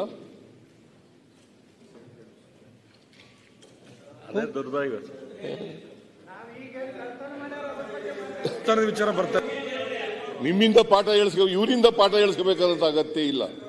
ಮನೆ ಅಧ್ಯಕ್ಷರೇ, ನಾವು 26ನೇ ತಾರೀಕು ಮೇ 2024 ಅವನು ಚಂದ್ರಶೇಖರ ಅನ್ನೋನು ಆತ್ಮಹತ್ಯೆ ಮಾಡ್ಕೊಂಡ ತಕ್ಷಣ ಅವರು 27ನೇ ತಾರೀಕು Kavita, the wife of deceased Chandrashekar, ಅವರು ಕಂಪ್ಲೇಂಟ್ ಕೊಡ್ತಾರೆ 27ನೇ ತಾರೀಕು. ಆ ಕಂಪ್ಲೇಂಟ್ ಅನ್ನು ರಿಜಿಸ್ಟರ್ ಮಾಡ್ಕೊಂಡು FIR ಹಾಕಿ ಕೋರ್ಟ್ ಕಳಿಸಿ ತನಿಖೆ ಪ್ರಾರಂಭ ಮಾಡ್ತೀವಿ. ಆಮೇಲೆ 28ನೇ ತಾರೀಕು ನಮ್ಮ ವಾಲ್ಮೀಕಿ ಅಭಿವೃದ್ಧಿ ನಿಗಮದ ರಾಜಶೇಖರ್ ಅಂತೇಳಿ ಈಸ್ ಎ ಜನರಲ್ ಮ್ಯಾನೇಜರ್, ಅವ್ರು ಕಂಪ್ಲೇಂಟ್ ಕೊಡ್ತಾರೆ ಬೆಂಗಳೂರಿನಲ್ಲಿ. ಅದು ಕೂಡ ರಿಜಿಸ್ಟರ್ ಆಗಿದೆ. ಆ ರಿಜಿಸ್ಟರ್ನಲ್ಲಿ ಇದರಲ್ಲಿ ಯಾರ್ಯಾರ ಮೇಲೆ ಕಂಪ್ಲೇಂಟ್ ಕೊಡ್ತಾರೆ? ಇದು ಡೆತ್ ನೋಟ್ ಎಲ್ಲ ಓದಿದರೆ, ನಾನೆಲ್ಲ ಓದಕ್ಕೆ ಹೋಗೋದಿಲ್ಲ. 6 ಪೇಜ್ ಇದೆ ಡೆತ್ ನೋಟು ಅಂತ ಓದಿದ್ದಾರೆ. ಅದನ್ನೆಲ್ಲ ನಾ ಎಲ್ಲ ಓದಕ್ಕೆ ಹೋಗಲ್ಲ. ಅದ್ರ ಮೇಲೆ 27ನೇ ತಾರೀಕು ಕಂಪ್ಲೇಂಟ್ ಆಗಿದೆ, FIR. ಇದು ಅವರು ಬರ್ಕೊಟ್ಟಿರ್ತಕ್ಕಂಥ ರಿಪೋರ್ಟು, ಕಂಪ್ಲೇಂಟು.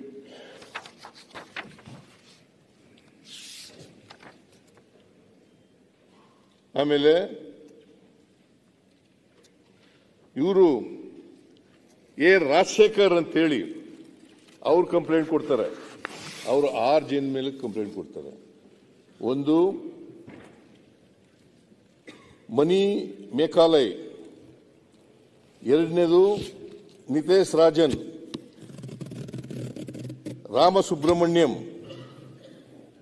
ಇವರೆಲ್ಲ Mani Meghalay union bank of India Bengaluru city Karnataka accused persons ಇವರೆಲ್ಲ A1. Nitish Ranjan accused person union bank of India Bengaluru. Ramasubramanyam A3 union bank of India Bengaluru. Sanjay Rudra union bank of India Bengaluru. Pankaj Dwivedi union bank of India Bengaluru. ಸುಚಿಸ್ಮಿತಾ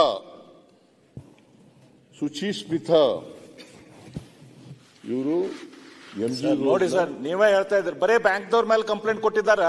death note ದಲ್ಲಿ ಮಂತ್ರಿ ಹೆಸರಿದೆ, ಅದ್ರ ಮೇಲೆ complaint ಇಲ್ಲ, MD ಮೇಲೆ complaint ಇಲ್ಲ, ಅಧ್ಯಕ್ಷ ಮೇಲೆ ಕಂಪ್ಲೇಂಟ್ ಇಲ್ಲ.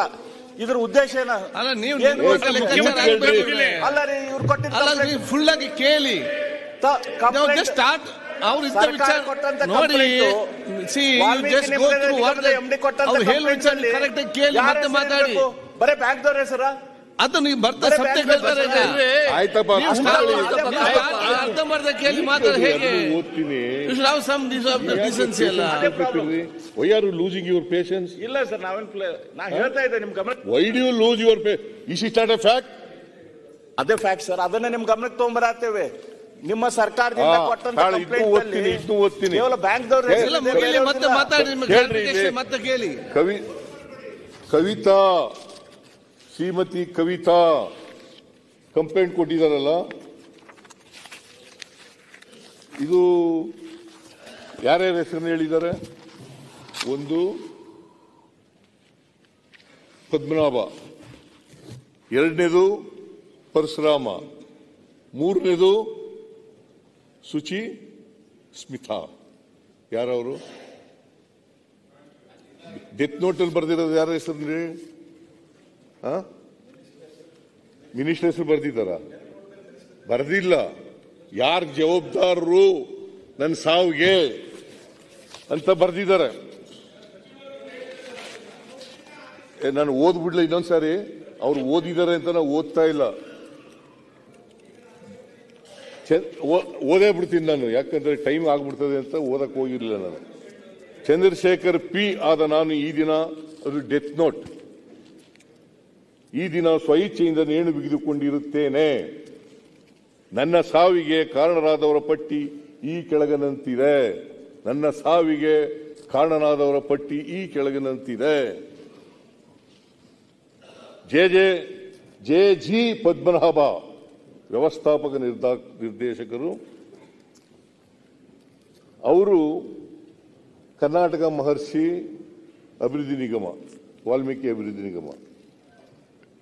ಪರಶುರಾಮ ದುರ್ಗಣ್ಣವರ ಲೆಕ್ಕಾಧಿಕಾರಿಗಳು. ಶ್ರೀಮತಿ ಸುಚಿಸ್ಮಿತಾ ರೌಲ್ ಮುಖ್ಯ ವ್ಯವಸ್ಥಾಪಕರು. ಇದು ಡೆತ್ ನೋಟ್. ಅವರು ಅಶೋಕ್ ಅವರು ಹೇಳಿದ್ರು, ಸಾಯಕ್ಕೆ ಮುಂಚಿತವಾಗಿ ಯಾರು ಅಸತ್ಯ ಹೇಳಲ್ಲ, ಸತ್ಯನೇ ಹೇಳ್ತಾರೆ ಅವರು ಯಾವಲ್ಲೂ. ಅದಕ್ಕೋಸ್ಕರ ಡೆತ್ ನೋಟು ಇಟ್ ಈಸ್ ಸತ್ಯ ಅಂತ ತಿಳ್ಕೋಬೇಕು ನಾವು ಅಂತ ಹೇಳಿದ್ರು. ಅವರೇ ಹೇಳಿದ್ದು, ನಾನು ಹೇಳಲಿಲ್ಲ.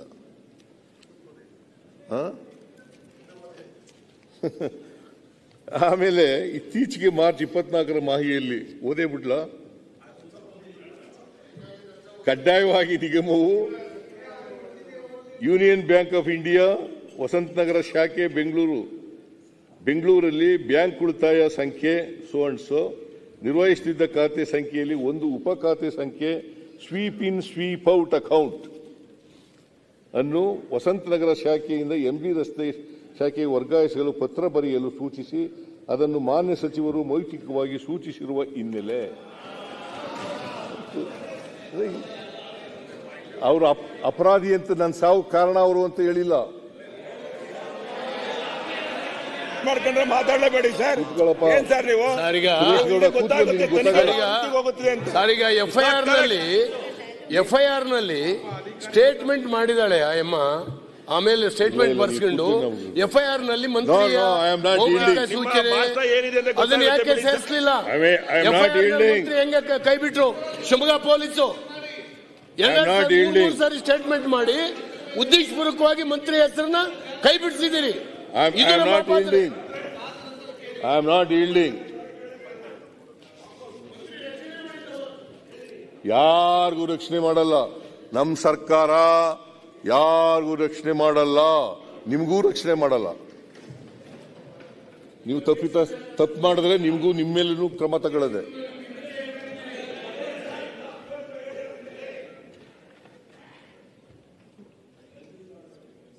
ಆಮೇಲೆ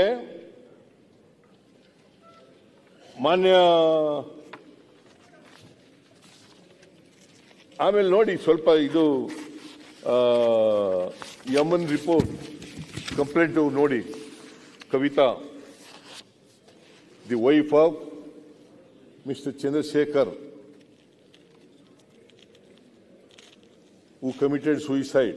ಏನಂತ ಹೇಳ್ತಾರೆ? ಫಿರ್ಯಾದುದಾರರು ದಿನಾಂಕ 27/5/2024 11 ಗಂಟೆಗೆ ಠಾಣೆಗೆ ಹಾಜರಾಗಿ ನೀಡಿದ ದೂರು. ಹೇಳಿಕೆಯ ಸಾರಾಂಶವೆಂದರೆ, ನಾನು ಮೇಲ್ಕಂಡ ವಿಳಾಸದಲ್ಲಿ ನನ್ನ ಗಂಡ ಹಾಗೂ 2 ಮಕ್ಕಳಾದ ಶಿಶಿರಾ ಮತ್ತು ಚಿನ್ಮಯ್ ಅವರೊಂದಿಗೆ ವಾಸವಾಗಿರುತ್ತೇನೆ. ನನ್ನ ಗಂಡ ಚಂದ್ರಶೇಖರ್ ಅವರು ಬೆಂಗಳೂರಿನಲ್ಲಿ ವಾಲ್ಮೀಕಿ ST ವೆಲ್ಫೇರ್ ಇಲಾಖೆಯಲ್ಲಿ ಅಕೌಂಟೆಂಟ್ ಆಗಿ ಕೆಲಸ ಮಾಡಿಕೊಂಡಿರುತ್ತಾರೆ. ನಾನು ಶಿವಮೊಗ್ಗದಲ್ಲಿ ವಿಕಲಚೇತನ ಕಚೇರಿಯಲ್ಲಿ ಕಂಪ್ಯೂಟರ್ ಆಪರೇಟರ್ ಆಗಿ ಕೆಲಸ ಮಾಡಿಕೊಂಡಿರುತ್ತೇನೆ. ನನ್ನ ಮೊದಲನೇ ಮಗ ಶಿಶಿರ ಬೆಂಗಳೂರಿನಲ್ಲಿ ಹೋಟೆಲ್ ಮ್ಯಾನೇಜ್ಮೆಂಟ್ ಓದುತ್ತಿರುತ್ತಾನೆ. ನನ್ನ 2ನೇ ಮಗ ಚಿನ್ಮಯ್ ಶಿವಮೊಗ್ಗದಲ್ಲಿ ಕೇಂಬ್ರಿಡ್ಜ್ ಶಾಲೆಯಲ್ಲಿ 10ನೇ ತರಗತಿಯಲ್ಲಿ ಓದುತ್ತಿರುತ್ತಾನೆ. ಪ್ರಸ್ತುತ ಮನೆಯಲ್ಲಿ ನಾನು ಮತ್ತು ನನ್ನ 2ನೇ ಮಗ ಚಿನ್ಮಯ್ ವಾಸವಿರುತ್ತೇನೆ. ದಿನಾಂಕ 24/5/2024 ರಾತ್ರಿ 9:30ಕ್ಕೆ ನನ್ನ ಗಂಡ ಬೆಂಗಳೂರಿನಿಂದ ಶಿವಮೊಗ್ಗಕ್ಕೆ ಬಂದಿದ್ದು 25/5/2024 ಮತ್ತು 26/5/24 ರಜೆ ಇದ್ದುದರಿಂದ ಮನೆಯಲ್ಲೇ ಇದ್ದರು. ದಿನಾಂಕ 25/5/2024 ಮಾಚೇನಹಳ್ಳಿಯಲ್ಲಿ ಇರುವ ನನ್ನ ದೊಡ್ಡಪ್ಪ ಮೂಕಣ್ಣ ಅವರು ಮೃತಪಟ್ಟಿದ್ದು, ಅವರ ಅಂತ್ಯ ಸಂಸ್ಕಾರ ಕಾರ್ಯ ದಿನಾಂಕ 26/5/2024 ಇದ್ದುದರಿಂದ ನಾನು ಹಾಗೂ ನನ್ನ ಮಗ ಚಿನ್ಮಯ ಮಧ್ಯಾಹ್ನ 12 ಗಂಟೆಗೆ ಹೋಗಿದ್ದೆವು. ನನ್ನ ಗಂಡ ಮನೆಯಲ್ಲೇ ಇದ್ದರು. ನಾನು ಹಾಗೂ ನನ್ನ ಮಗ ಮಾಚೇನಹಳ್ಳಿಯಲ್ಲಿ ನನ್ನ ದೊಡ್ಡಪ್ಪನವರ ಅಂತ್ಯ ಸಂಸ್ಕಾರ ಕಾರ್ಯ ಮುಗಿಸಿಕೊಂಡು ವಾಪಸ್ ಮನೆಗೆ ಸಂಜೆ 5 ಗಂಟೆ ವೇಳೆಗೆ ಬಂದೆವು. ಮನೆಗೆ ಬಂದಾಗ ನನ್ನ ಗಂಡ ಕಾಣದೇ ಇದ್ದು, ಕರೆದಾಗ ಮಾತಾಡದೇ ಇದ್ದು, ಬೆಡ್ರೂಮ್ ಬಾಗಿಲು ಹಾಕಿದ್ದು ಲಾಕ್ ಹಾಕಿರಲಿಲ್ಲ. ಬೆಡ್ರೂಮ್ ಬಾಗಿಲು ತೆಗೆದು ನೋಡಿದಾಗ ನನ್ನ ಗಂಡ ಬೆಡ್ರೂಮ್ನ ಮೇಲ್ಛಾವಣಿಯಲ್ಲಿನ ಕಬ್ಬಿಣದ ಹುಕ್ಕಿಗೆ ಸೀರೆಯಿಂದ ನೇಣು ಹಾಕಿಕೊಂಡಿದ್ದರು. ತಕ್ಷಣ ನಾನು ಹಾಗೂ ನನ್ನ ಮಗ ನೋಡಿದ್ದು ದೇಹವೆಲ್ಲ ತಣ್ಣಗಾಗಿತ್ತು. ನಮಗೆ ಏನು ಮಾಡಬೇಕೆಂದು ತಿಳಿಯದೆ ತಕ್ಷಣ ನನ್ನ ತಮ್ಮ ಚೇತನ್ ಕುಮಾರ್ ಅವರಿಗೆ ಫೋನ್ ಮಾಡಿ ತಿಳಿಸಿದೆನು. ನನ್ನ ತಮ್ಮ ತಕ್ಷಣ ನೋಡಿದ್ದು ನನ್ನ ಗಂಡ ಉಸಿರಾಡುತ್ತಿರಲಿಲ್ಲ, ದೇಹವೆಲ್ಲ ತಣ್ಣಗಾಗಿದ್ದು ಮೃತಪಟ್ಟಿರುತ್ತಾನೆಂದು ತಿಳಿಯಿತು. ನನ್ನ ಗಂಡ ಕರ್ತವ್ಯದ ಒತ್ತಡದಲ್ಲಿಯೋ ಅಥವಾ ಬೇರೆ ಯಾವುದೋ ಕಾರಣದಿಂದಲೋ ನೇಣು ಹಾಕಿಕೊಂಡು ಮೃತಪಟ್ಟಿರಬಹುದೇ ವಿನಃ ಬೇರೆ ಯಾವುದೇ ಅನುಮಾನವಿರುವುದಿಲ್ಲ. ಆದ್ದರಿಂದ ನನ್ನ ಗಂಡ ಚಂದ್ರಶೇಖರ್ ಅವರ ಮೃತದೇಹದ ಮೇಲೆ ಮುಂದಿನ ಕಾನೂನು ಕ್ರಮ ಕೈಗೊಂಡು ಶವ ಸಂಸ್ಕಾರ ಮಾಡಲು ಅನುಕೂಲ ಮಾಡಿಕೊಡಬೇಕಾಗಿ ಕೇಳಿಕೊಳ್ಳುತ್ತೇನೆ ಎಂದು ದೂರು ನೀಡಿದ್ದು ಸರಿಯಷ್ಟೇ. ನಿನ್ನೆ ದಿನಾಂಕ 26/5/24 ಸುಮಾರು 9 ಗಂಟೆ ಸಮಯದಲ್ಲಿ ನನ್ನ ಗಂಡ ಚಂದ್ರಶೇಖರ್ ಅವರು ಮೃತದೇಹದ ವೈದ್ಯಕೀಯ ಮರಣೋತ್ತರ ಪರೀಕ್ಷೆಯಾದ ನಂತರ ಮೃತದೇಹವನ್ನು ನಮ್ಮ ವಶಕ್ಕೆ ಪಡೆದುಕೊಂಡು ಮೆಗಾನ್ ಆಸ್ಪತ್ರೆಯಿಂದ ಮನೆಗೆ ತಂದ ನಂತರ ರಾತ್ರಿ ಸುಮಾರು 10:45 ಗಂಟೆ ಸಮಯದಲ್ಲಿ ಮನೆಯ ಹಾಲ್ನಲ್ಲಿರುವ ಟಿವಿ ಸ್ಟ್ಯಾಂಡ್ ಹಿಂಭಾಗದಲ್ಲಿ ಒಂದು ನೋಟ್ ಬುಕ್ ಕಂಡು ಬಂದಿದ್ದು, ನಾನು ಅದನ್ನು ತೆಗೆದು ನೋಡಿದಾಗ ಅದರಲ್ಲಿ ನನ್ನ ಗಂಡ ನನ್ನ ಮರಣ ಹೇಳಿಕೆ ಚಂದ್ರಶೇಖರ್ ಪಿ ಆದ ನಾನು ಸ್ವಇಚ್ಛೆಯಿಂದ ನೇಣು ಬಿಗಿದುಕೊಳ್ಳುತ್ತಿದೆ. ನನ್ನ ಸಾವಿಗೆ ಕಾರಣರಾದ ಪಟ್ಟಿ ಈ ಕೆಳಗಿನಂತಿದೆ. ನನ್ನ ಸಾವಿಗೆ ಕಾರಣರಾದಂಥವರ ಪಟ್ಟಿ ಈ ಕೆಳಗಿನಂತಿದೆ. ಜೆ.ಜಿ. ಪದ್ಮನಾಭ, ವ್ಯವಸ್ಥಾಪಕ ನಿರ್ದೇಶಕರು, ಕರ್ನಾಟಕ ಮಹರ್ಷಿ ವಾಲ್ಮೀಕಿ ಪರಿಶಿಷ್ಟ ಪಂಗಡಗಳ ಅಭಿವೃದ್ಧಿ ನಿಗಮ ನಿಯಮಿತ, ಖಾದಿ ಭವನ, ವಸಂತನಗರ, ಬೆಂಗಳೂರು. ಪರಶುರಾಮ ದುರ್ಗಣ್ಣ, ಲೆಕ್ಕಾಧಿಕಾರಿಗಳು, ಕರ್ನಾಟಕ ಮಹರ್ಷಿ ವಾಲ್ಮೀಕಿ ಅಭಿವೃದ್ಧಿ ನಿಗಮ ಹಾಗೂ ವಸಂತನಗರ, ಬೆಂಗಳೂರು ಇವರು.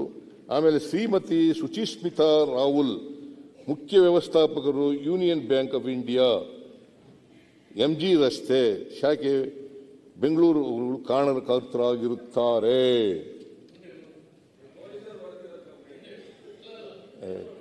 ಓದಿದ್ದೀರಾ ಇದನ್ನ?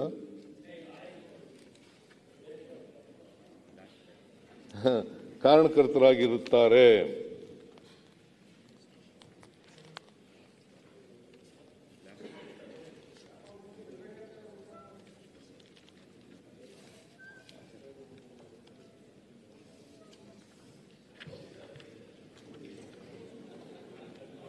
ಹಾಗೂ ನಿಗಮದ ಪರಿಶಿಷ್ಟ ಪಂಗಡಗಳ ಅನುದಾನ 80 ರಿಂದ 85 ಕೋಟಿಗಳು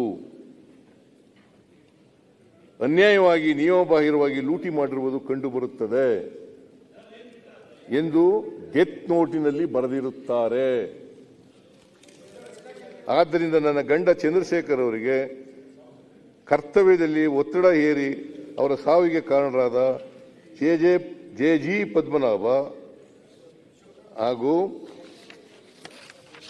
ಪರಶುರಾಮ ದುರ್ಗಣ್ಣನವರ್ ಹಾಗೂ ಶ್ರೀಮತಿ ಸುಚಿಸ್ಮಿತಾ ರಾಹುಲ್, ಮುಖ್ಯ ವ್ಯವಸ್ಥಾಪಕರು, Union bank of India, MG ರಸ್ತೆ ಶಾಖೆ, ಬೆಂಗಳೂರವರ ಮೇಲೆ ಕಾನೂನು ಕ್ರಮ ಕೈಗೊಳ್ಳುವಂತೆ ಕೇಳಿಕೊಳ್ಳುತ್ತೇನೆ ಎಂದು ನೀಡಿದ ದೂರನ್ನು ಸ್ವೀಕರಿಸಿ ಪ್ರಕರಣ ದಾಖಲಿಸಿದೆ. ಅದರಿಂದ ದಿ ವೈಫ್ ಆಫ್ ಮೃತ ವ್ಯಕ್ತಿ ಚಂದ್ರಶೇಖರ್ ಅವರ ಹೆಂಡತಿನೂ ಕೂಡ ಒಂದು ಪದ್ಮನಾಭ, ಇನ್ನೊಂದು ಪರಶುರಾಮ, ಇನ್ನೊಂದು ಸುಚಿಸ್ಮಿತಾ, ಅವ್ರ ಮೇಲೆ ಮಾತ್ರ ಕಾನೂನು ಕ್ರಮ ತಗೊಳ್ಳಿ ಅಂತ ಹೇಳಿದ್ದಾರೆ. ಎಲ್ಲೂ ಕೂಡ ಡೆತ್ ನೋಟಿನ ಆಧಾರದ ಮೇಲೆ ಎಫ್ಐಆರ್ ಬರಬೇಕಲ್ಲ ಸರ್. ಡೆತ್ ನೋಟು ಎಫ್ಐಆರ್ ನಲ್ಲಿ ಬಂದಿದೆ, ಅವ್ರ ಹೆಸರು ಯಾಕೆ ಬರೋದಿಲ್ಲ? ಎಫ್ಐಆರ್ ನಲ್ಲಿ ಯಾಕೆ ಮಂತ್ರಿಗಳ ಹೆಸರು ಹಾಕೋದಿಲ್ಲ? ಓರಲ್ ಇನ್ಸ್ಟ್ರಕ್ಷನ್ ಪ್ರಕಾರ ಅಂತ ಹೇಳಿ ಬರ್ದಿದ್ದಾರೆ. ನೀವು ಹಾಗೆ ಕೈ ಬಿಡ್ತೀರಿ. ಅಲ್ಲಿ ರಾತ್ರಿ ಇಡೀ ಕೆಲಸ ಮಾಡಿ ಪೊಲೀಸ್ನವರು 2-3 ಸ್ಟೇಟ್ಮೆಂಟ್ ಮಾಡಿ ಕುಳಿಸಿ ಅವ್ರಿಗೆ. ಸರ್ ಇದು ಒಬ್ಬ ಮುಖ್ಯಮಂತ್ರಿಗಳು ಓದುವಾಗ ಸರಿಯಾಗಿ ಓದಿದ್ರೆ ರಕ್ಷಣೆ ಮಾಡೋದಿಲ್ಲ ನಾನು ಅಂತ ಹೇಳ್ತಾ ರಕ್ಷಣೆ ಮಾಡೋ ಕೆಲಸ ಮಾನ್ಯ ಮುಖ್ಯಮಂತ್ರಿಗಳು ಮಾಡ್ತಾರೆ.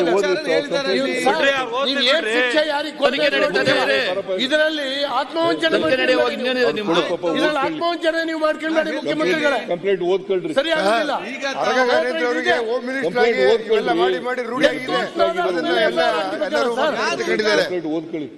ಅಲ್ಲಿ ಇದೆಯಾ ಅಂತ ಈಗ ಎಫ್ಐಆರ್ ನಿಮ್ಮ ಪೊಲೀಸ್ನವ್ರು ಹಾಕೊಳ್ಳೋದು. ಬರ್ಕೊಟ್ಟಿರೋದ್ರಿ, ಬರ್ಕೊಟ್ಟಿದ್ದು ಕಂಪ್ಲೇಂಟ್ ಕೊಟ್ಟರು. ಪೊಲೀಸು ಸ್ಟೇಟ್ಮೆಂಟ್ ಬರ್ಕೊಟ್ಟಿದ್ರ 2 ಗಂಟೆ ರಾತ್ರಿ ಸ್ಟೇಟ್ಮೆಂಟ್ ಮಾಡಿದ್ದಾರೆ.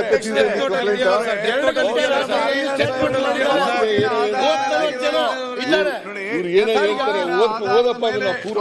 ದುರುದ್ದೇಶಪೂರ್ವಕವಾಗಿ ಯಾರನ್ನೋ ಕಲ್ಪಿಟ್ ಮಾಡಬೇಕು. ನನ್ನ ಇರಾದೆ ಯಾರನ್ನು ಕೂಡ ನಾವು ರಕ್ಷಣೆ ಮಾಡಲ್ಲ. ಅಲ್ಲ, ನೀವೇ ಮಾಡಿದರೆ ಅವ್ರ ಮೇಲೆ ಕಾನೂನು ರೀತಿಯ ಕ್ರಮ ತಗೊಳ್ತೀವಿ. ಸಭಾಧ್ಯಕ್ಷರೇ, ಕಾನೂನು ರೀತಿಯ ಕ್ರಮ ತಗೊಳ್ತೀವಿ. ಆಯ್ತು, ಗೆದ್ದಲ್ ಬೇಡಿಗೆ ಕೂತ್ಕೊಳ್ಳಿ. ಆಮೇಲೆ ನಮ್ಮ ಪ್ರಶ್ನೆ ಮಾನ್ಯ ಅಧ್ಯಕ್ಷರೇ, ಅವರೆಲ್ಲರದು ಹೆಸರಿದ್ರು ಕೂಡ ಕಂಪ್ಲೇಂಟ್ ಯಾರ ಮೇಲೂ ಕ್ರಮ ತಗೊಳ್ಳಿಕ್ಕೆ ಇದೇ ಬೀಳಲ್ಲ. ಇದರಲ್ಲ, ಇದರಲ್ಲ ಕೊಟ್ಟ ಕಂಪ್ಲೇಂಟ್ ಅಲ್ಲಿ ಇದೆ. ಆದ್ರೆ ಸರ್ಕಾರದ ಕಂಪ್ಲೇಂಟ್ ಅಲ್ಲಿ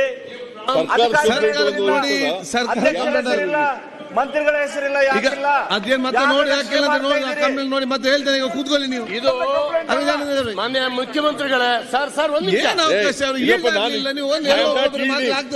ಅನವಶ್ಯಕವಾಗಿ ಮತ್ತೆ ಮಾತಾಡಿ. ಈಗ ಆಯ್ತು, ಮತ್ತೆ ಎಲ್ಲ ಉತ್ತರ ಕೊಟ್ಟ ನಂತರ ಕಂಪ್ಲೀಟ್ ಉತ್ತರ ಆದ ನಂತರ ಸಮಾಧಾನ ನೀವು ಕೇಳಿ, ಎಲ್ಲ ಉತ್ತರ ಆಗಲಿ. ಬಾಡಿ ಕಂಡು ಕೂಡಲೇ ಕೊಟ್ಟಂತ ಕಂಪ್ಲೇಂಟ್ ರಾತ್ರಿ 2 ಗಂಟೆಗೆ ಒಂದು ಸ್ಟೇಟ್ಮೆಂಟ್ ಮಾಡಿಸಿದ್ದಾರೆ. ಅನುಭವ ಇದೆ, ತನಿಖೆ ನಡೀತಾ ಇದೆಲ್ಲ ಗೊತ್ತಾಗ್ತಲ್ಲ ಅವಾಗ. Is not happy with the complaint or FIR registered home minister police station, Vinobanagar police station ಶಿವಮೊಗ್ಗದಲ್ಲಿ ಇಲ್ಲದೆ ಹೋದ್ರೆ she could given another complaint. Sir ಪಾಪ ಗಂಡ ಸತ್ತಾಳ, ಮತ್ತೇನೇನು ಕಂಪ್ಲೇಂಟ್ ಕೊಡ್ತಾರೆ ಸರ್? ಸುಸೈಡ್ ಆಗೈತೆ. ಪೊಲೀಸ್ ವ್ಯವಸ್ಥೆ ಬಗ್ಗೆ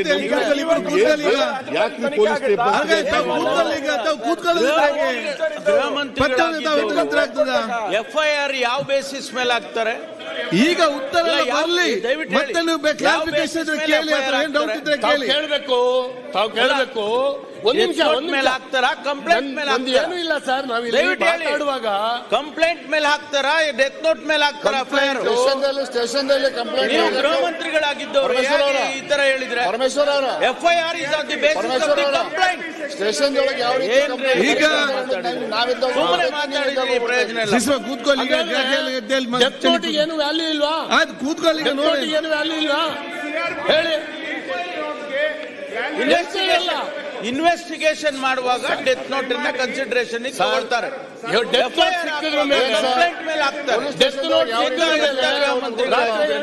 ಕೆಲಸ ಮಾಡಿದ್ರಿ, ಸ್ಟೇಟ್ಮೆಂಟ್ ಮಾಡಿಸಿದ್ದಾರೆ, ಆ ಸ್ಟೇಟ್ಮೆಂಟ್ ಅಲ್ಲಿ ಬಂದಿದೆ. ಆಯ್ತು, ಫರ್ದರ್ ಸ್ಟೇಟ್ಮೆಂಟ್ ಕೊಡ್ಬೋದು. ಈಗ ಕೂತ್ಕೊಳ್ಳಿ, FIR ಹಾಕ್ತಾರೆ. ಆ ಕಂಪ್ಲೇಂಟ್ ನಲ್ಲಿ ಅವ್ರ ಹೆಸರು ಇಲ್ಲ ಅಲ್ಲ, ಇದೆಯಾ ಸರ್? ಬೇರೆ ಆಯ್ತು, ಬೆಲ್ಲ ಯಾಕೆ ಸುಮ್ಮನೆ ಈಗ ನೀವು ಹೇಳಿದ್ದಾರೆ ಅಂದ್ರೆ ನಾವು ನೀವು ಏನಂತ ಮಾತಾಡಿ, ಯಾರು ಅರ್ಥ ಆಗೋದಿಲ್ಲ. ಯಾರು ಒಬ್ಬರು ಮಾತಾಡಿ, ಮತ್ತೆ ಮಾತಾಡಿ, ರಿಪ್ಲೈ ಆದ ನಂತರ ಮಾತಾಡಿ, ರಿಪ್ಲೈ ಆದ ನಂತರ ಮಾತಾಡಿ, ರಿಪ್ಲೈ ಆದ ನಂತರ ಮಾತಾಡಿ. ಚನ್ನಬಸಪ್ಪ ಕೂತ್ಕೊಳ್ಳಿ, ಇದ್ರ ಮೇಲೆ ಕೂತ್ಕೊಳ್ಳಿ. ಒಂದ್ ನಿಮಿಷ ಸಾರಿ, ಗೃಹ ಸಚಿವರಾಗಿದ್ದವರು ಈಗ ಹೇಳ್ಬಾರ್ದು. ಡೆತ್ ನೋಟ್ ಸಿಕ್ಕಿದ್ರ ಮೇಲೆ ರಾತ್ರಿ 10 ಗಂಟೆಗೆ ಡೆತ್ ನೋಟ್ ಸಿಕ್ಕಿದೆ. ಮಾನ್ಯ ಮುಖ್ಯಮಂತ್ರಿಗಳು ಹೇಳಿದ್ರು 2 ಗಂಟೆ ರಾತ್ರಿಗೆ ಪೊಲೀಸ್ನವ್ರು ಅವಳ ಮನೆಗೆ ಹೋಗ್ಲಿಲ್ಲ. ಗಂಡ ಸತ್ತು ದುಃಖದಲ್ಲಿದ್ದಾಳೆ, ಬೆಳಗ್ಗೆಯಿಂದ ಏನು ಕುಡಿಲಿಲ್ಲ, ತಿನ್ಲಿಲ್ಲ. ಆದ್ರೂ ಅವಳನ್ನ ಪೊಲೀಸ್ ಸ್ಟೇಷನ್ಗೆ ಕರೆಸ್ಕೊಂಡು ಒಂದು ಸ್ಟೇಟ್ಮೆಂಟ್ ಮಾಡಿದ್ದಾರೆ. ಸ್ಟೇಟ್ಮೆಂಟ್ ಮಾಡುವಾಗ ಮಂತ್ರಿಗಳ ಹೆಸರಿತ್ತು, ಅವರೇ ಸ್ಟೇಟ್ಮೆಂಟ್ ಬರ್ಕೊಂಡಿದ್ದು ಪೊಲೀಸ್ನವರು, ಇವರೆಲ್ಲ ಕೊಟ್ಟಿದ್ದು. ಆಮೇಲೆ ಇದೆಲ್ಲ ನಡೆದು ಇಲ್ಲಿಂದ ಏನ್ ಸೂಚನೆ ಬಂತು ಗೊತ್ತಿಲ್ಲ. ಮಾರನೇ ದಿವಸ 11 ಗಂಟೆಗೆ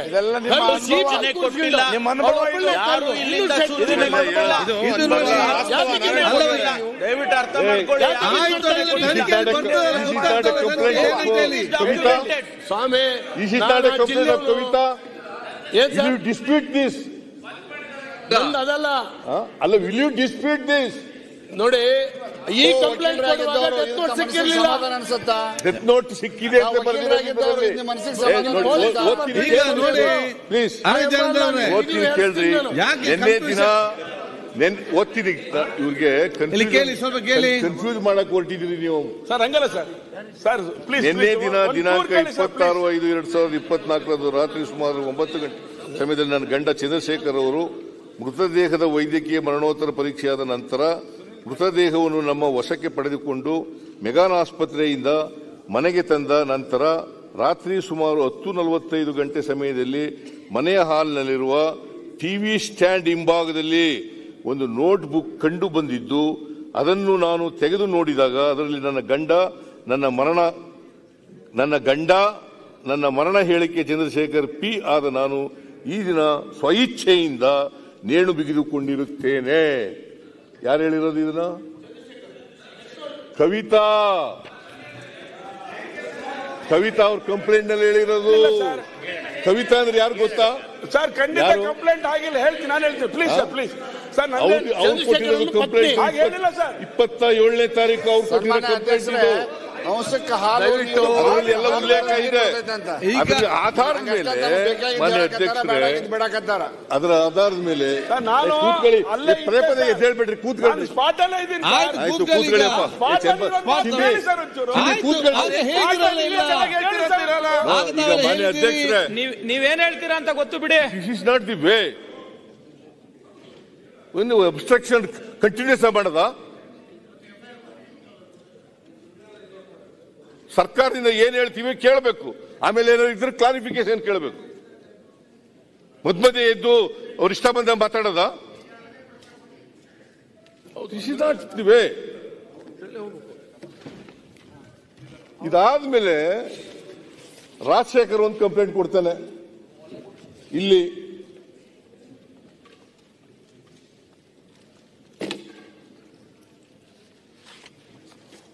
ರಾಜಶೇಖರ್ ಒಂದು ಕಂಪ್ಲೇಂಟ್ ಕೊಡ್ತಾನೆ ಬೆಂಗಳೂರು ಸಿಟಿನಲ್ಲಿ. ಅದು ಕೂಡ ರಿಜಿಸ್ಟರ್ ಆಗುತ್ತೆ. ಯಾಕೆ ನಾನು ಓದ್ದೆ ಅಂತಂದ್ರೆ ಅದನ್ನ 6 ಜನ ಮೇಲೆ ಕೊಡ್ತಾರೆ. ಸುಚಿಸ್ಮಿತಾ ರಾಹುಲ್ ಮೇಲೆ ಸೇರಿಸಿ ಇನ್ನೂ 5 ಜನ ಬ್ಯಾಂಕ್ನ ಅಧಿಕಾರಿಗಳ ಮೇಲೆ ಕೊಡ್ತಾರೆ.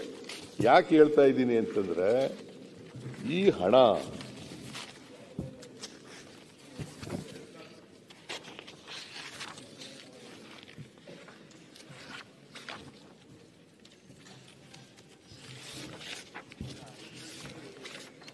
ಆಮೇಲೆ ಇವರು ನಿನ್ನೆ ವಿಜೇಂದ್ರ ಅವರು ಹೇಳಿದ್ರು,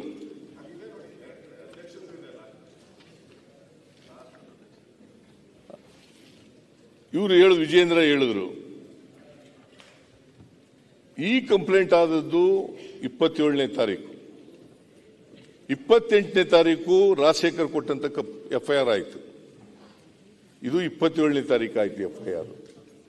ಆಮೇಲೆ ಇವರು ಮಹೇಶ ಅನ್ನೋರು ಕಂಪ್ಲೇಂಟ್ ಕೊಟ್ಟದ್ದು 3/6/25. ಅಂದ್ರೆ ಯಾವ್ದು ಮೊದಲು ಕೊಟ್ಟದ್ದು? 27 3/6. ಇವರು ಬ್ಯಾಂಕ್ನವರು CBIಗೆ ಕೊಡ್ತಾರೆ, ಕಂಪ್ಲೇಂಟ್ ಕೊಡ್ತಾರೆ.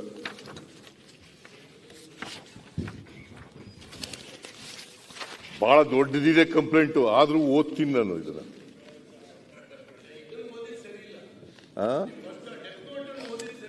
ಆಯ್ತು, ಮತ್ತೆ ನೋಡ ಪೂರಾ ಡೆತ್ ನೋಟ್ ಪೂರಾ ಓದ್ಲೇನ್ರಿ?